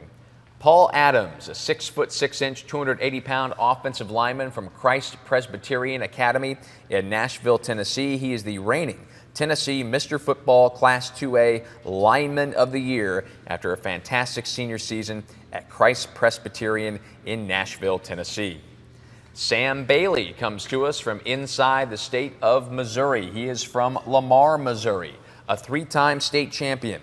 The 6'4", 260-pound offensive lineman was a first-team all-conference performer as a senior and a first-team all-stater as a tight end. Again, won 3 state championships at Lamar and was a great player for the Lamar team on both sides of the football. He is an offensive lineman out of Lamar, Missouri. Sticking on the O-line, Andy Bauer, a highly touted O-lineman from St. Louis's DeSmet High School. A 6'6", 304-pound mauler. He was the number 8 offensive tackle prospect in the country according to ESPN's rankings. He sat out his senior season due to hip surgery, but was an Under Armour All-American nonetheless. We're happy to have Andy Bauer from St. Louis in the fold here on Signing Day 2014. Let's go south to Jacksonville, Florida, where we find wide receiver Deshaun Blair from Sandalwood High School in Jacksonville, 6'2", 185 pounds. A great junior season, 35 catches for 670 yards and 10 touchdowns. Followed that up with 52 receptions as a senior, 785 yards, 12 TDs. He was a Class 8A All-State second teamer, the rangy and athletic wide receiver from Sandalwood High School in Jacksonville. That is Deshaun Blair. A tight end from Blue Springs South is Kendall Blanton. Kendall, 6'6", 230 pounds, 15 catches, 2 touchdowns as a senior at Blue Springs South. He brings a great skill set and a great lineage. His father, Jerry Blanton, was a linebacker for the Kansas City Chiefs from 1979 to 1985, and now Kendall Blanton is a Missouri Tiger coming down I-70 from Blue Springs, Missouri. Let's go to the defensive side. Walter Brady from Florence, Alabama, Florence High School, a 6'4", 240-pound defensive lineman, had 96 tackles and 10 sacks as a junior in Florence, 85 tackles, 8.5 sacks, and a pair of interceptions during his senior year of 2013. A ferocious, tenacious, and strong defensive lineman from Florence High School in Florence, Alabama. Let's stay in the South and go to Nate Brown, a wide receiver from North Gwinnett High School just outside of Atlanta. 6'3", 215 pounds, certainly fits the profile of a tall wide receiver as Mizzou continues to make inroads in the state of Georgia in our second year going into our third season in the SEC. Nate had a great senior season, 61 catches for over 1,000 yards and 21 touchdowns. He was the Gwinnett County Offensive Player of the Year. Back to the state of Missouri, and this is one of our 5 early enrollees. He is already on campus. We met him earlier this morning. Logan Cheadle, a defensive back from Lee's Summit West High School in Lee's Summit, Missouri. Checks in at 5'9", 175 pounds. He had 3 interceptions in the state championship game win for Lee's Summit West, was a Kansas City Star All-Metro first-teamer, and a State of Missouri Class 5 All-State first-teamer. Coming down the road from Lee's Summit, Missouri, that is Logan Cheadle, and he is already in school here and getting to work. Another defensive back who is already enrolled here at Mizzou is the JUCO transfer Kenya Dennis. Kenya comes here from Hines Community College in Raymond, Mississippi. 6 foot, 190 pounds. We talked to Coach Alex Grinch earlier today, and he expects Kenya to make an impact immediately after racking up 37 tackles and 1 pick during his second season at Hines Community College. Great size and quickness for Kenya Dennis, and he joins the Mizzou family officially today. Let's go down to Texas. So many great players have come up from the Lone Star State, and we include Keon DeLosa, a wide receiver from Round Rock just outside of Austin. 6'3", 190 pounds, another tall wideout coming to Columbia. 55 catches for 711 yards and 5 touchdowns during his senior season at Round Rock. Great burst and body control for this tall wideout from the Lone Star State. Keon DeLosa had 3 touchdowns of 60 or more yards. He brings big play ability to Coach Pat Washington's wide receiver core. Back to the offensive line, Michael Fairchild is a big O lineman from Blue Valley West High School in Overland Park, Kansas, just on the other side of the border in the KC metro area. This is the same program that produced Andrew Gashkar. We hope for similar big things from Michael Fairchild as he comes here and develops after an All-Eastern Kansas season as a junior and a first-team All-Metro selection by the Kansas City Star as a senior. A two-way player at Blue Valley West. He'll be an offensive lineman here. And our second player in this class with NFL tradition in the family bloodlines. His father, Paul, played for the New England Patriots from 1984 to 1990. And now Paul's son, Michael, comes to Mizzou. He is another early enrollee who is already on campus here, living just across the way at South Hall and beginning his development as a Missouri Tiger early. Speaking of keeping it in the family, Dorial Green Beckham's younger brother, Darnell Green, signed on this morning. He is coming up here from Hillcrest High School in Springfield, Missouri, 6'5", 180 pounds. Darnell has an unbelievable story. After starting out his career and having over 200 receiving yards and a pair of touchdowns as a freshman down there at Hillcrest, Darnell was diagnosed with leukemia in February of 2011. But he fought and beat the disease and came all the way back to play as a senior, where he was a Springfield News Leader All-Ozark team member after catching 19 passes for 277 yards and a pair of touchdowns. Dorial Green Beckham's younger brother, Darnell Green, signed to play for the Tigers this morning.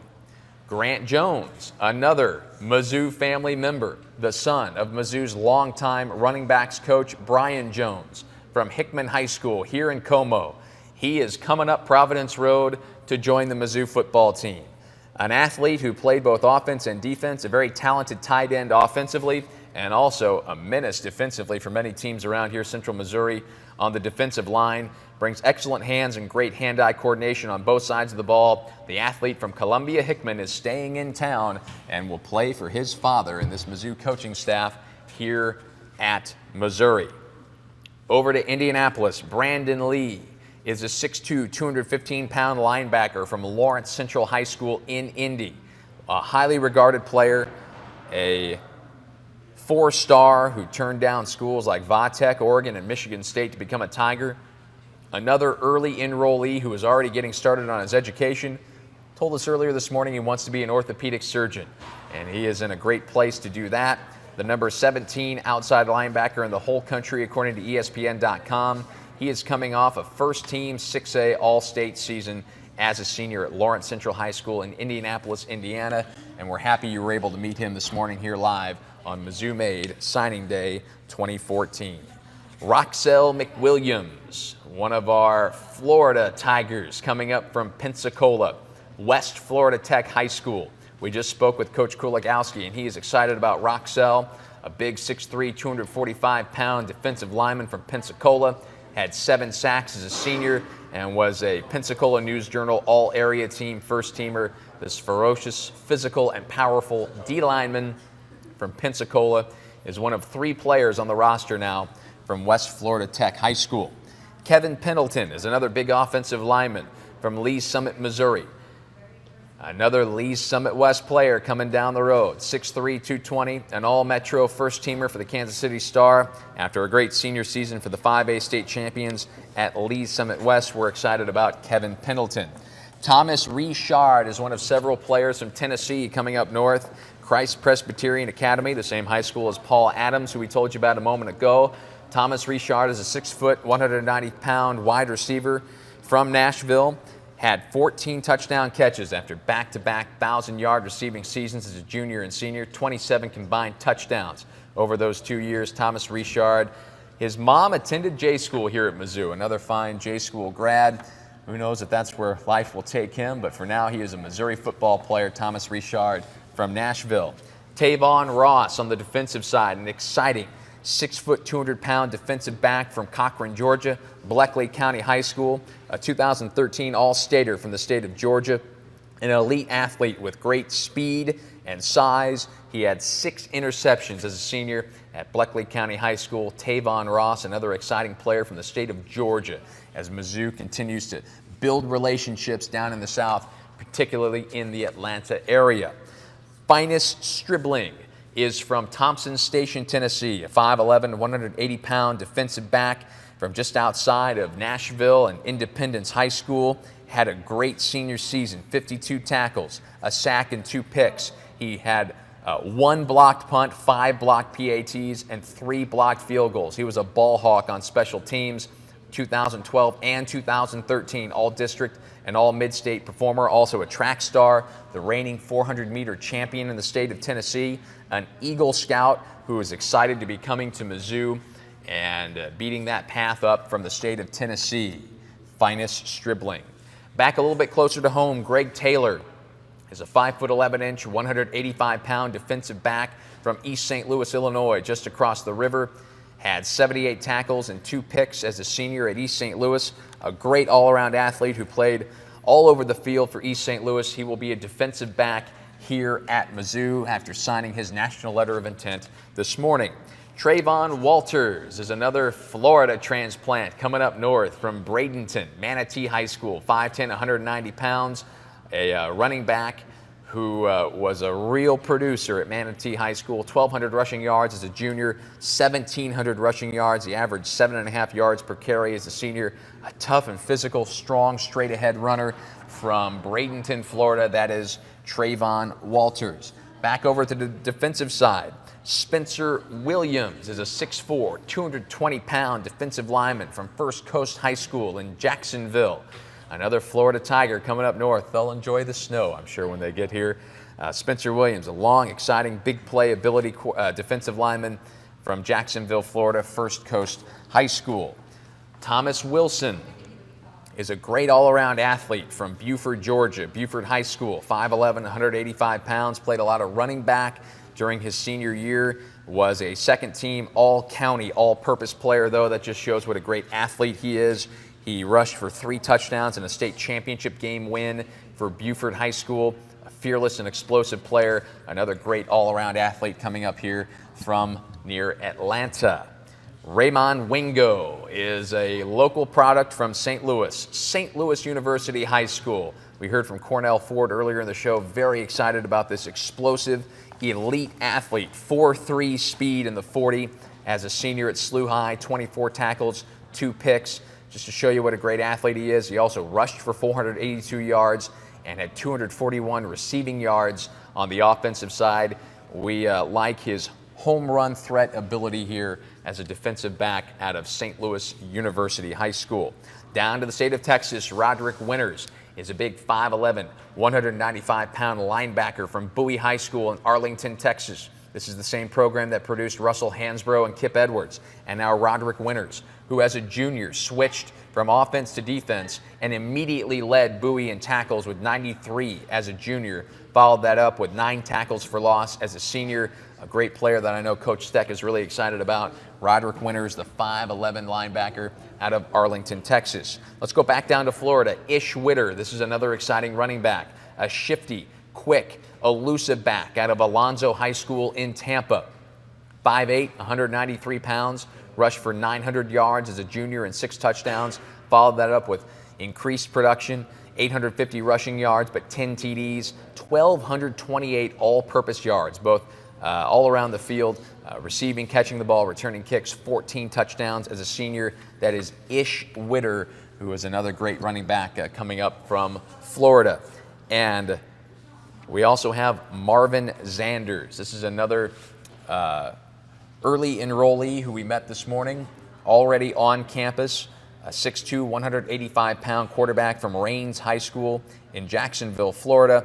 Marvin Zanders, big-time producer, over 2,500 total yards and 37 total touchdowns over his junior and senior seasons combined. An athletic, dual-threat quarterback who is excited to be here at Mizzou and learn from Andy Hill, Eddie Prince, Matty Mock, and all the others, Trent Hosick. Great group of quarterbacks for Marvin Zanders to learn from. And did we mention Lawrence Lee? I think he might be the last one to put on the list. A wide receiver from Pensacola, Florida, our second West Florida Tech signee of the day. Lawrence Lee, 5'11", 175 pounds. And you want to talk about a producer. Back-to-back 1,000-yard receiving seasons at West Florida Tech High School. He also threw in some defense, 5 interceptions during his senior year as a DB. Second team All-Stater, Class 5A in the state of Florida. Great speed, 4.45 40-yard dash for Lawrence Lee. And we talked to several coaches this morning who are really excited about his abilities.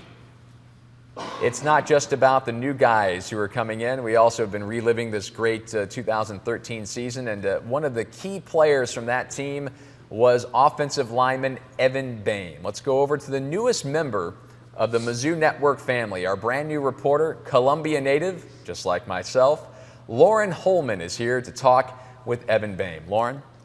Thanks, Ben. As you said, I'm with Evan. And Evan, you've been through this process before. Kind of describe what it's like, for these new signees coming in this year. Kind of talk about that excitement, those emotions running through, your head.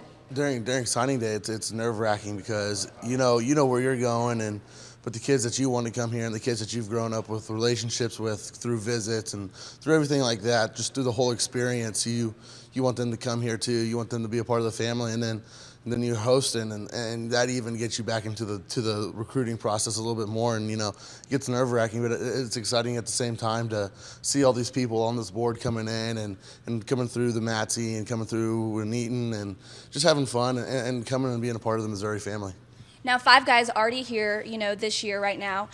But, you know a lot of these guys on the board. You're from the Kansas City area. Kind of talk about some of these players that, you went to high school with a couple of them. Mm-hmm. Your father's coached a couple of them, right? Yes, ma'am. Logan Cheadle, he's a D-back from my high school. I like to give him the nickname Team Cheadle. We grew up together. We went to the same high school or same elementary school, same middle school, everything like that. So, me and Cheadle, we got along very well. And every time I see him around the mats, around campus, I yell Team Cheadle because during sporting events, that's all we used to do, back and forth to each other. Kev Pendleton, offensive lineman, I also know him very well.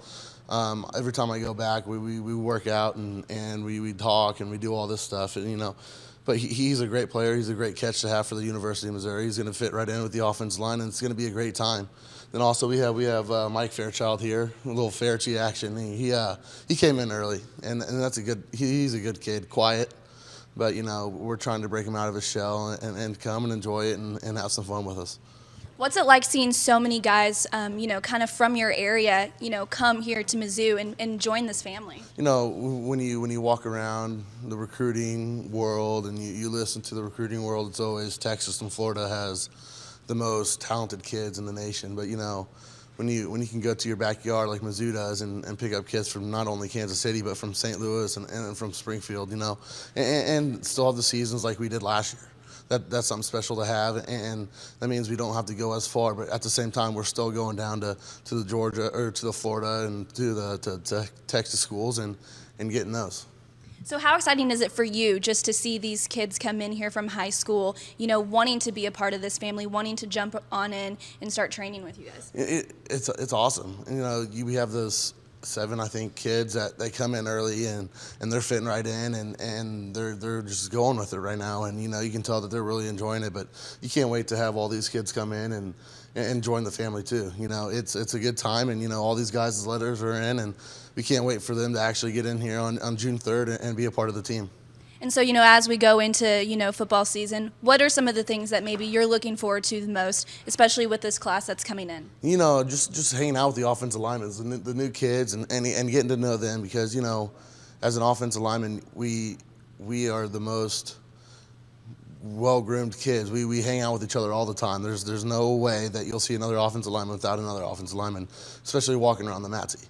And when we're sitting there and you look at these kids, and I know Andy, I know Paul, I know Kev, and I know Mike, Sam, we need to get to know Sam a little bit more, and we're excited to do that. And, it's going to be a fun time hanging out with the offensive linemen and everybody else coming in.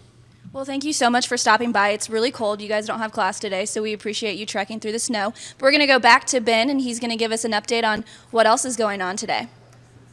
Thank you, Lauren. Great to have you on board. We thank Evan for coming through here and giving us some time on this snowy, cold, and blustery day here in Columbia. We love that so many of you have been interacting with us on social media. If you have a question for us, if you want to make a comment, tell us what you think of this class that we're so excited about, hit us up on Twitter. @Mizzou Football is the official Twitter account of head coach Gary Pinkel and the Mizzou football team. @Mizzou Network is our official Twitter account, and if you use hashtag MizzouMade, we can interact with you. You can ask us questions, and you can let us know what you think of all this. And I think Kat Lucchese is back over at the big board, and she's been talking with a lot of you guys on social media, and she's got some interesting things and maybe some answers to some questions that you've tweeted at us today @Mizzou Football and @Mizzou Network. Kat, take it away. I grew a little bit. Did anybody notice? Check my Twitter because I had Lauren, I got something for her to stand on when she was interviewing Evan. How tall are you, Evan? Evan's 6'3". Kind of paused in between that 6 and the 3. So Evan's 6'3", and Lauren's definitely not.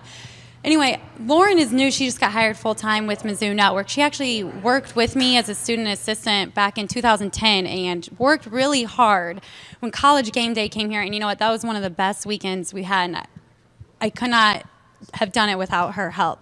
Okay, real quick. I have a great MizzouMade first-round pick who texted me and said, check out my Instagram account. Jeremy Macklin, St. Louis's very own Kirkwood High School and Mizzou's very own wide receiver, now playing for the Philadelphia Eagles. So J-Mac sent me the text, and I checked his Instagram. I can't see if it's up. Okay, so he posted a picture from his signing day, and he used hashtag MizzouMade. I didn't even call and tell him to do this. He just loves Mizzou that much. He loves Mizzou family. So he really wanted to be a part of this, and we tried to get him in today for it, as well as a few other former players who are now in the NFL. So Thank you, Jeremy, for sending that. We hope to see you soon, and we'll be following him. You know, he's almost fully recovered from his injury, and he's doing great. So I just want to show you guys, you know, even guys who have left here all hang out together. They're truly part of the Mizzou family. So just want to share that with you. Everybody follow JMac on Instagram, and I'm going to send it back to Ben, I believe. All right, thanks, Kat. We've been reliving that great 2013 season all morning long. After a win at Ole Miss, the Tigers were poised for a great opportunity. Beat Texas A&M at home in the regular season finale, and the Tigers would clinch the SEC East Division Championship in just their second season in the toughest conference in all of college football. That's exactly what the Tigers did when Johnny Manziel and the Aggies came to Faurot Field on the last Saturday night of the season.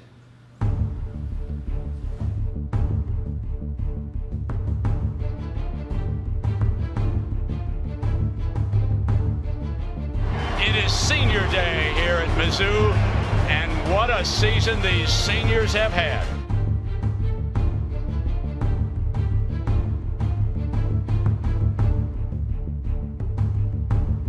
Faurot Field, beautiful night for football, sellout crowd.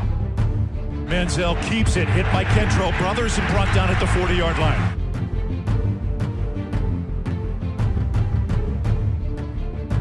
Busted play, running to his left is Manziel.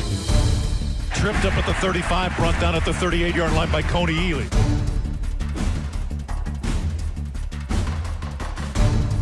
Franklin wants to throw, looking, has time. Now throws seam pattern intended for Green. Beckham. Touchdown, Missouri. James Franklin put it right where he needed to. Perfect pass.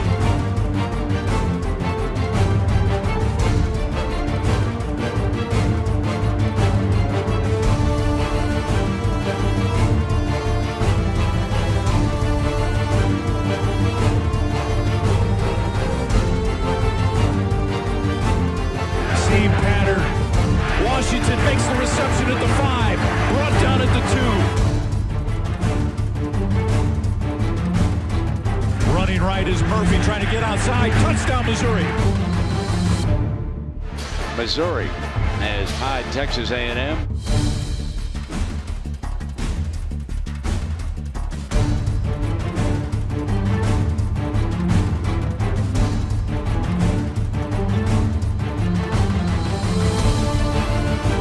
Floats it in the end zone, back shoulder fade. Yeah, Rob Skelton, the side judge, says actually he was juggling the ball, did not have possession. After further review, the play, a touchdown.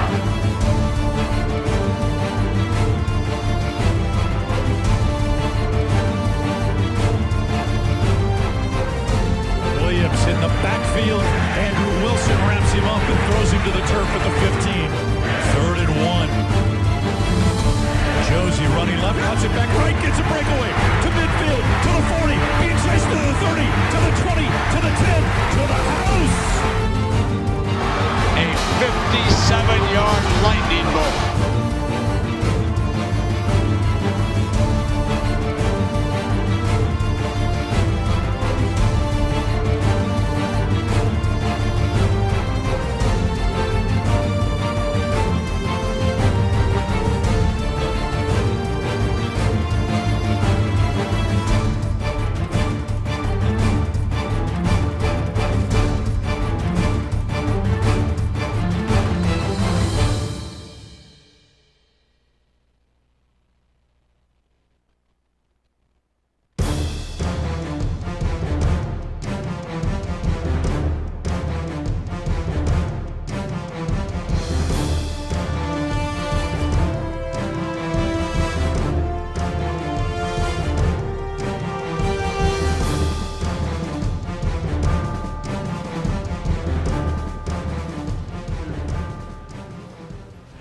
All right, welcome back to MizzouMade Signing Day 2014. We're joined by TJ Leon from our good friends over there at Development. And TJ, we wanted to bring you by because folks who have been in the area recently have seen the construction going up, a huge expansion going on the east side of the stadium, great opportunities for people to catch the Tigers this year from inside the premium seating or in the brand new upper deck.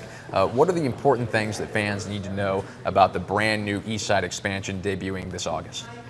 Yeah, we're excited about this east side expansion, about a $45.5 million facility coming online this fall.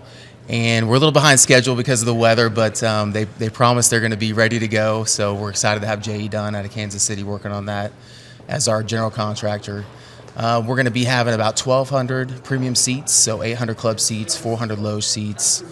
And we're really excited to really have a different type of experience that we haven't had here before. So these will be outside seats. That you can experience the game and then have the 23,000 plus square feet inside from a premium level to experience upper level concessions, having the ability to enjoy some alcoholic beverages, some a la carte action stations, very similar to what you see at some of the St. Louis Cardinals or St. Louis Rams, for instance, Kansas City Chiefs. So we have a partnership with Levy Restaurants to provide that as well. So you can see here in a 3D image that we have from IO Media. And that's something that, so these are the club seats right here that you can see.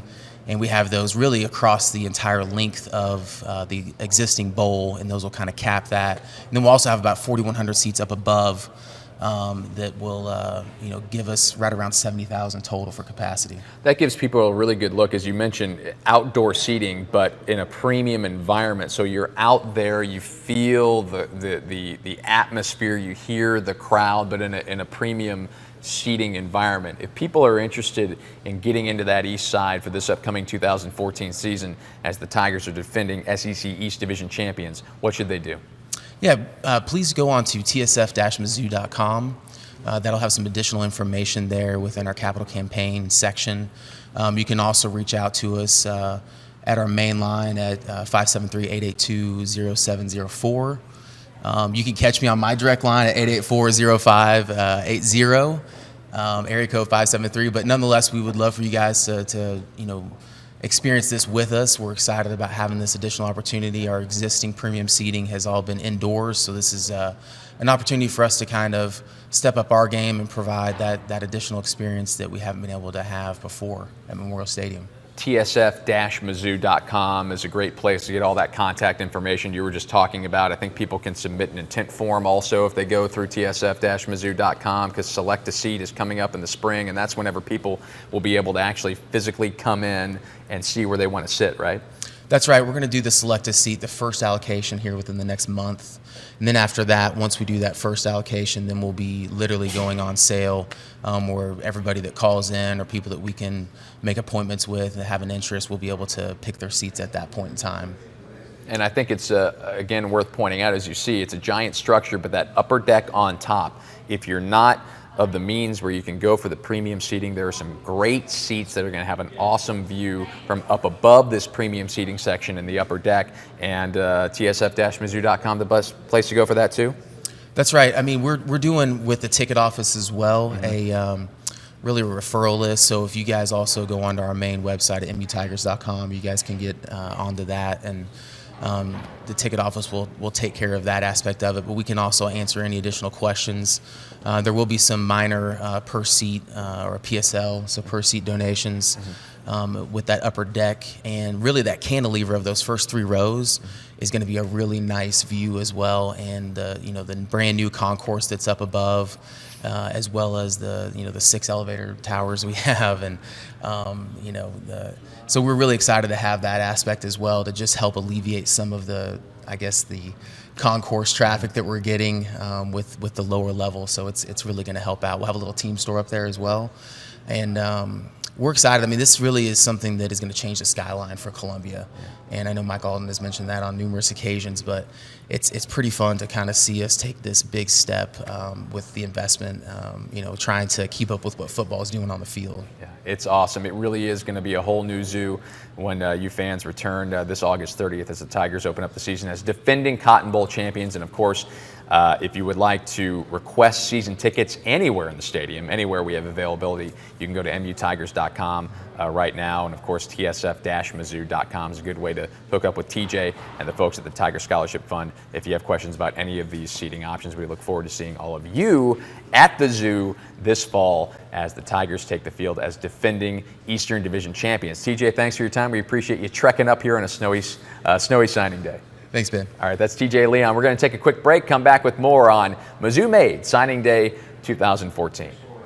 MizzouNetwork.com, your first access for Tiger post-game coverage. We didn't have any quit in us. I thought we were going to compete. Your home for Mizzou highlights, feature reports, and inside access you won't get anywhere else. You can almost take a catch and throw on this right here. It's a take it throw, right?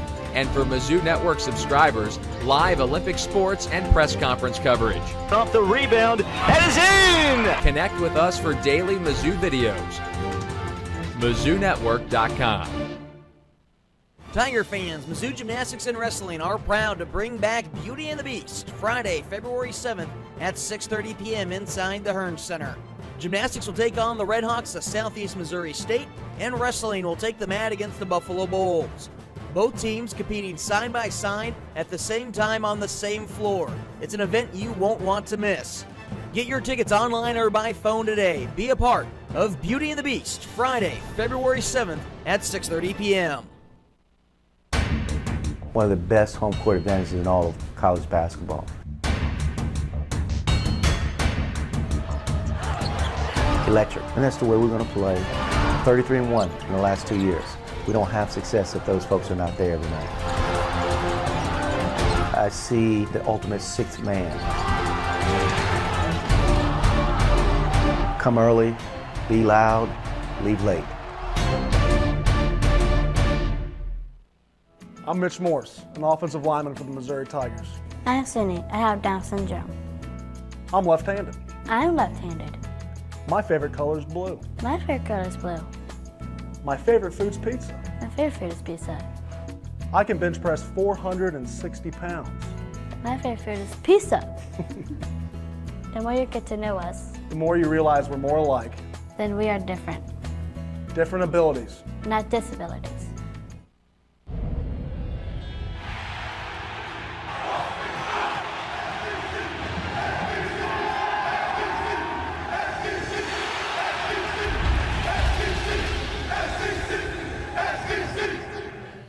Mizzou Network. Welcome back to MizzouMade Signing Day 2014. We're joined by Mizzou's strength and conditioning coach, Dr. Pat Ivey, the recent winner of the Strength and Conditioning Coach of the Year Award. Coach, congratulations on that. What does that mean for the program for you to receive an honor like that? Well, absolutely. It means everything for the program. It's all about the athletes that we've recruited.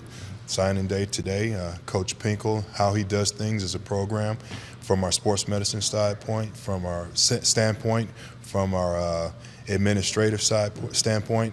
Everything that we do from athletic performance staff, nutrition, sports psychology, academics, it all ties into one big product, and that's our student athletes.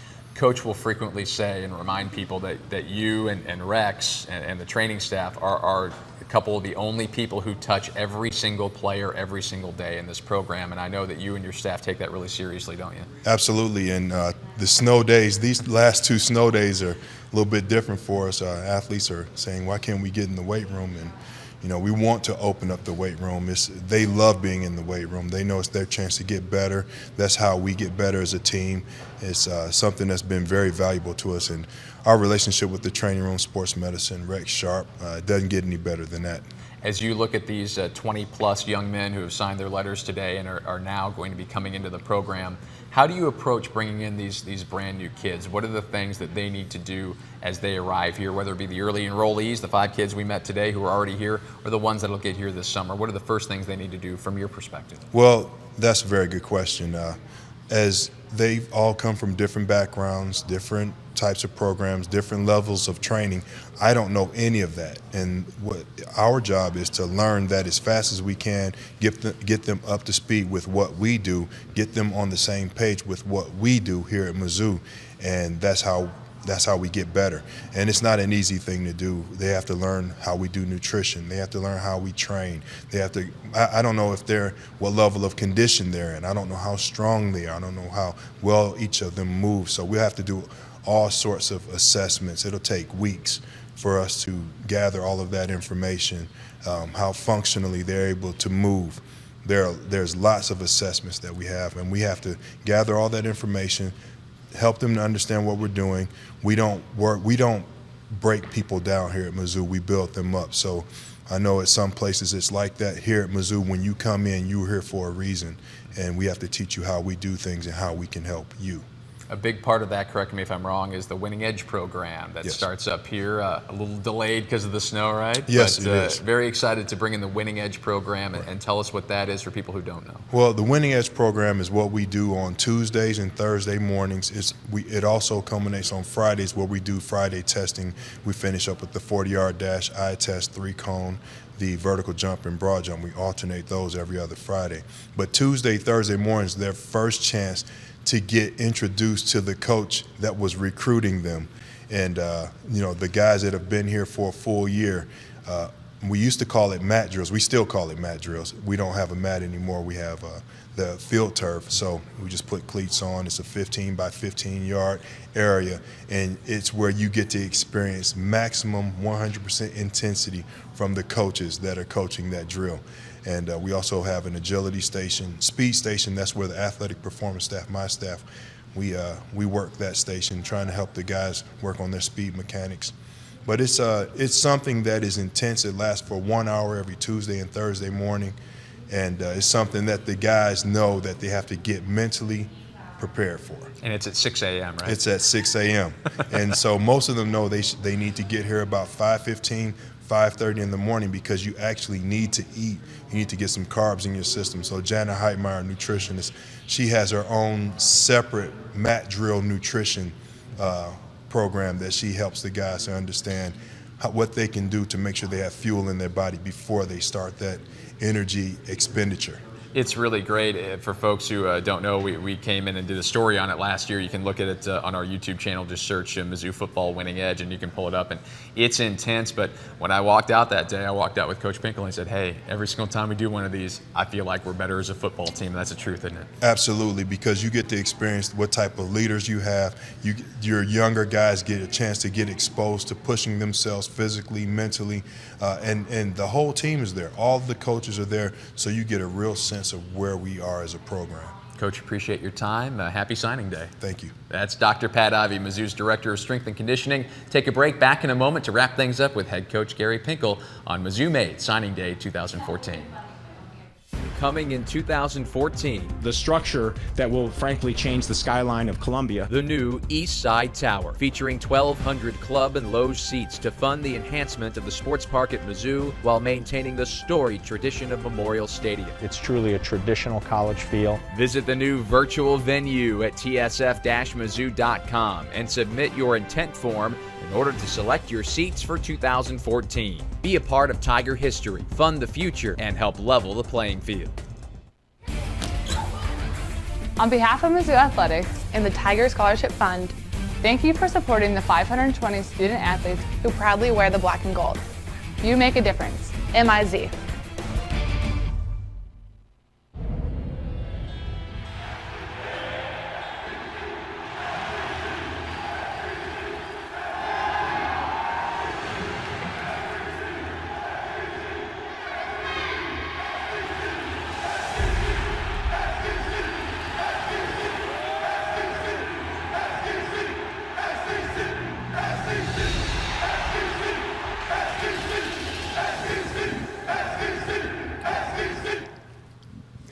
Back on MizzouMade Signing Day 2014, want to make a quick note for all of you, anybody who is planning on coming to the recruiting reception at the Hampton Inn here in Columbia this evening. Because of the weather, and we want everybody to stay safe and not be out on the roads unnecessarily, that event has been canceled for tonight. But We hope that you have all enjoyed this program and it's been informative for you. And if you've missed any of it, it'll be archived on our website here this afternoon, and you can go back and watch it all. All right, let's wrap this up with head coach Gary Pinkel. He joins us one more time here on the Signing Day Show. And Coach, most of the letters are in. It's been a busy morning.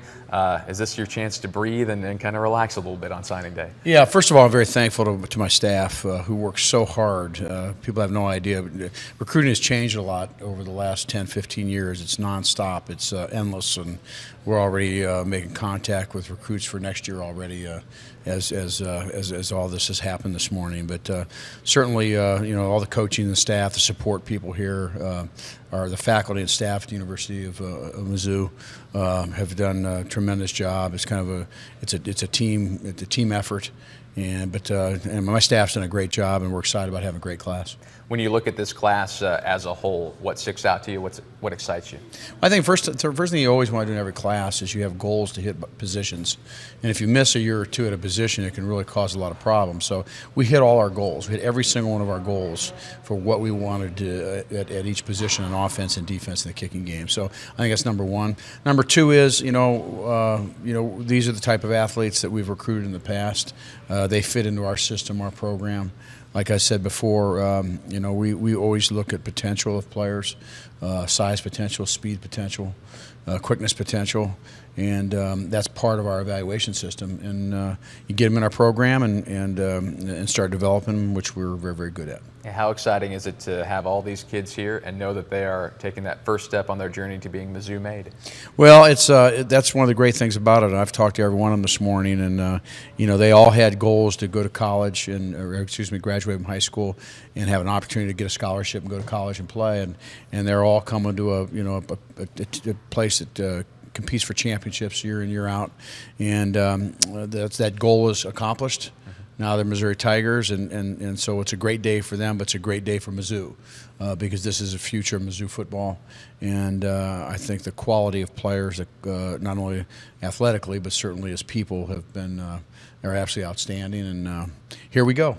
Coach, we appreciate your time. I know it's a busy and exciting day. Thanks for carving out a few minutes here and there for us here on the Signing Day Show. Well, thanks. You do a great job also. Appreciate it. Thanks, Coach. And you can hear from Coach one more time today. We will carry his press conference at 4 o'clock live right here on Mizzou Network. Thank you, Coach. You don't have to be a subscriber. That'll be free for everybody. Log on to MizzouNetwork.com at 4 p.m. this afternoon, and you can watch Gary Pinkel's live press conference as he meets with the media for the first time to discuss this 2014 Signing Day class.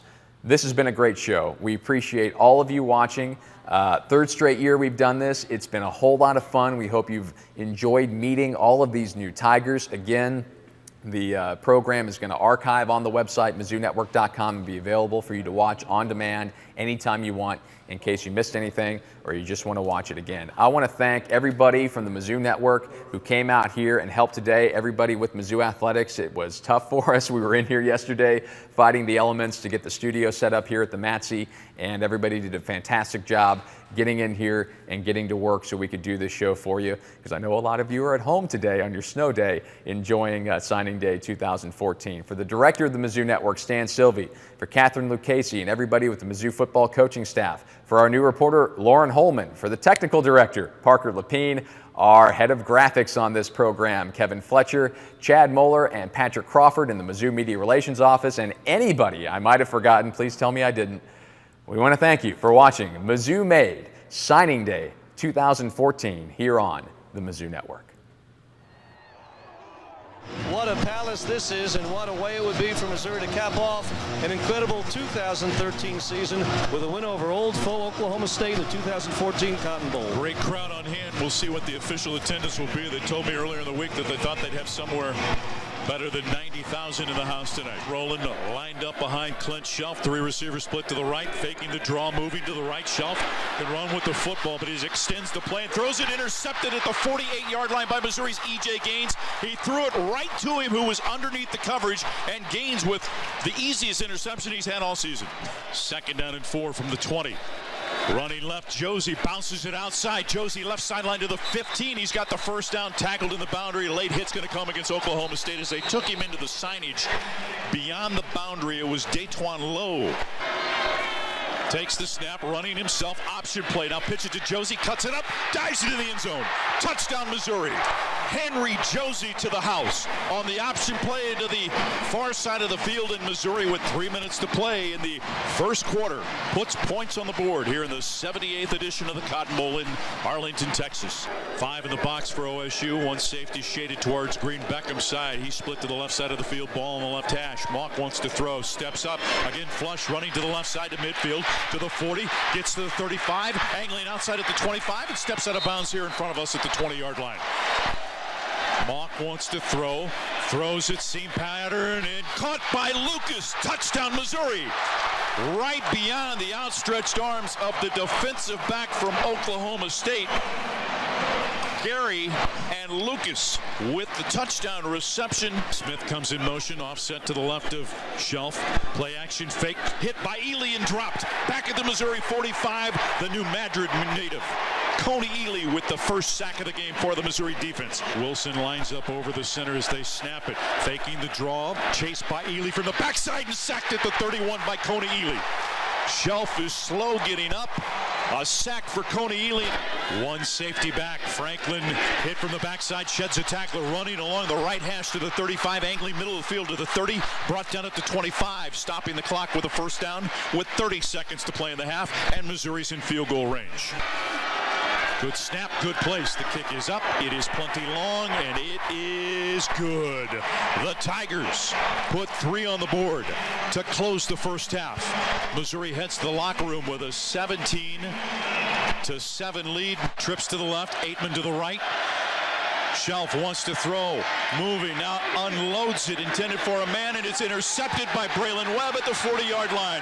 He jumped over the top of Josh Stewart to pick off the football. Second interception of the night for Missouri. 3 receivers split to the left side, Washington to the right. Handed to Josie, running to the left, angles back to the right, gets inside, breaks a tackle at the 15 to the 10 to the house as he dives across the goal line, and Missouri regains the lead. Good snap, good place. The kick is up, and it is perfect. Missouri 27, Oklahoma State 24 with 6:29 to play. Josie offset right, Twins deep side, ball on the left hash. Franklin hands to Josie, running left, breaks a tackle inside the 10, to the house, touchdown Missouri. Josie on a 15-yard run, and Missouri regains the lead with 3:08 to play. Shelf, play action fake, pressure backside, hit, sack, ball free, Missouri's got it at the 32, running Shane Ray with an open field. Right sideline, he's not going to be caught. 20, 10, house, Cotton Bowl title. Holy cow.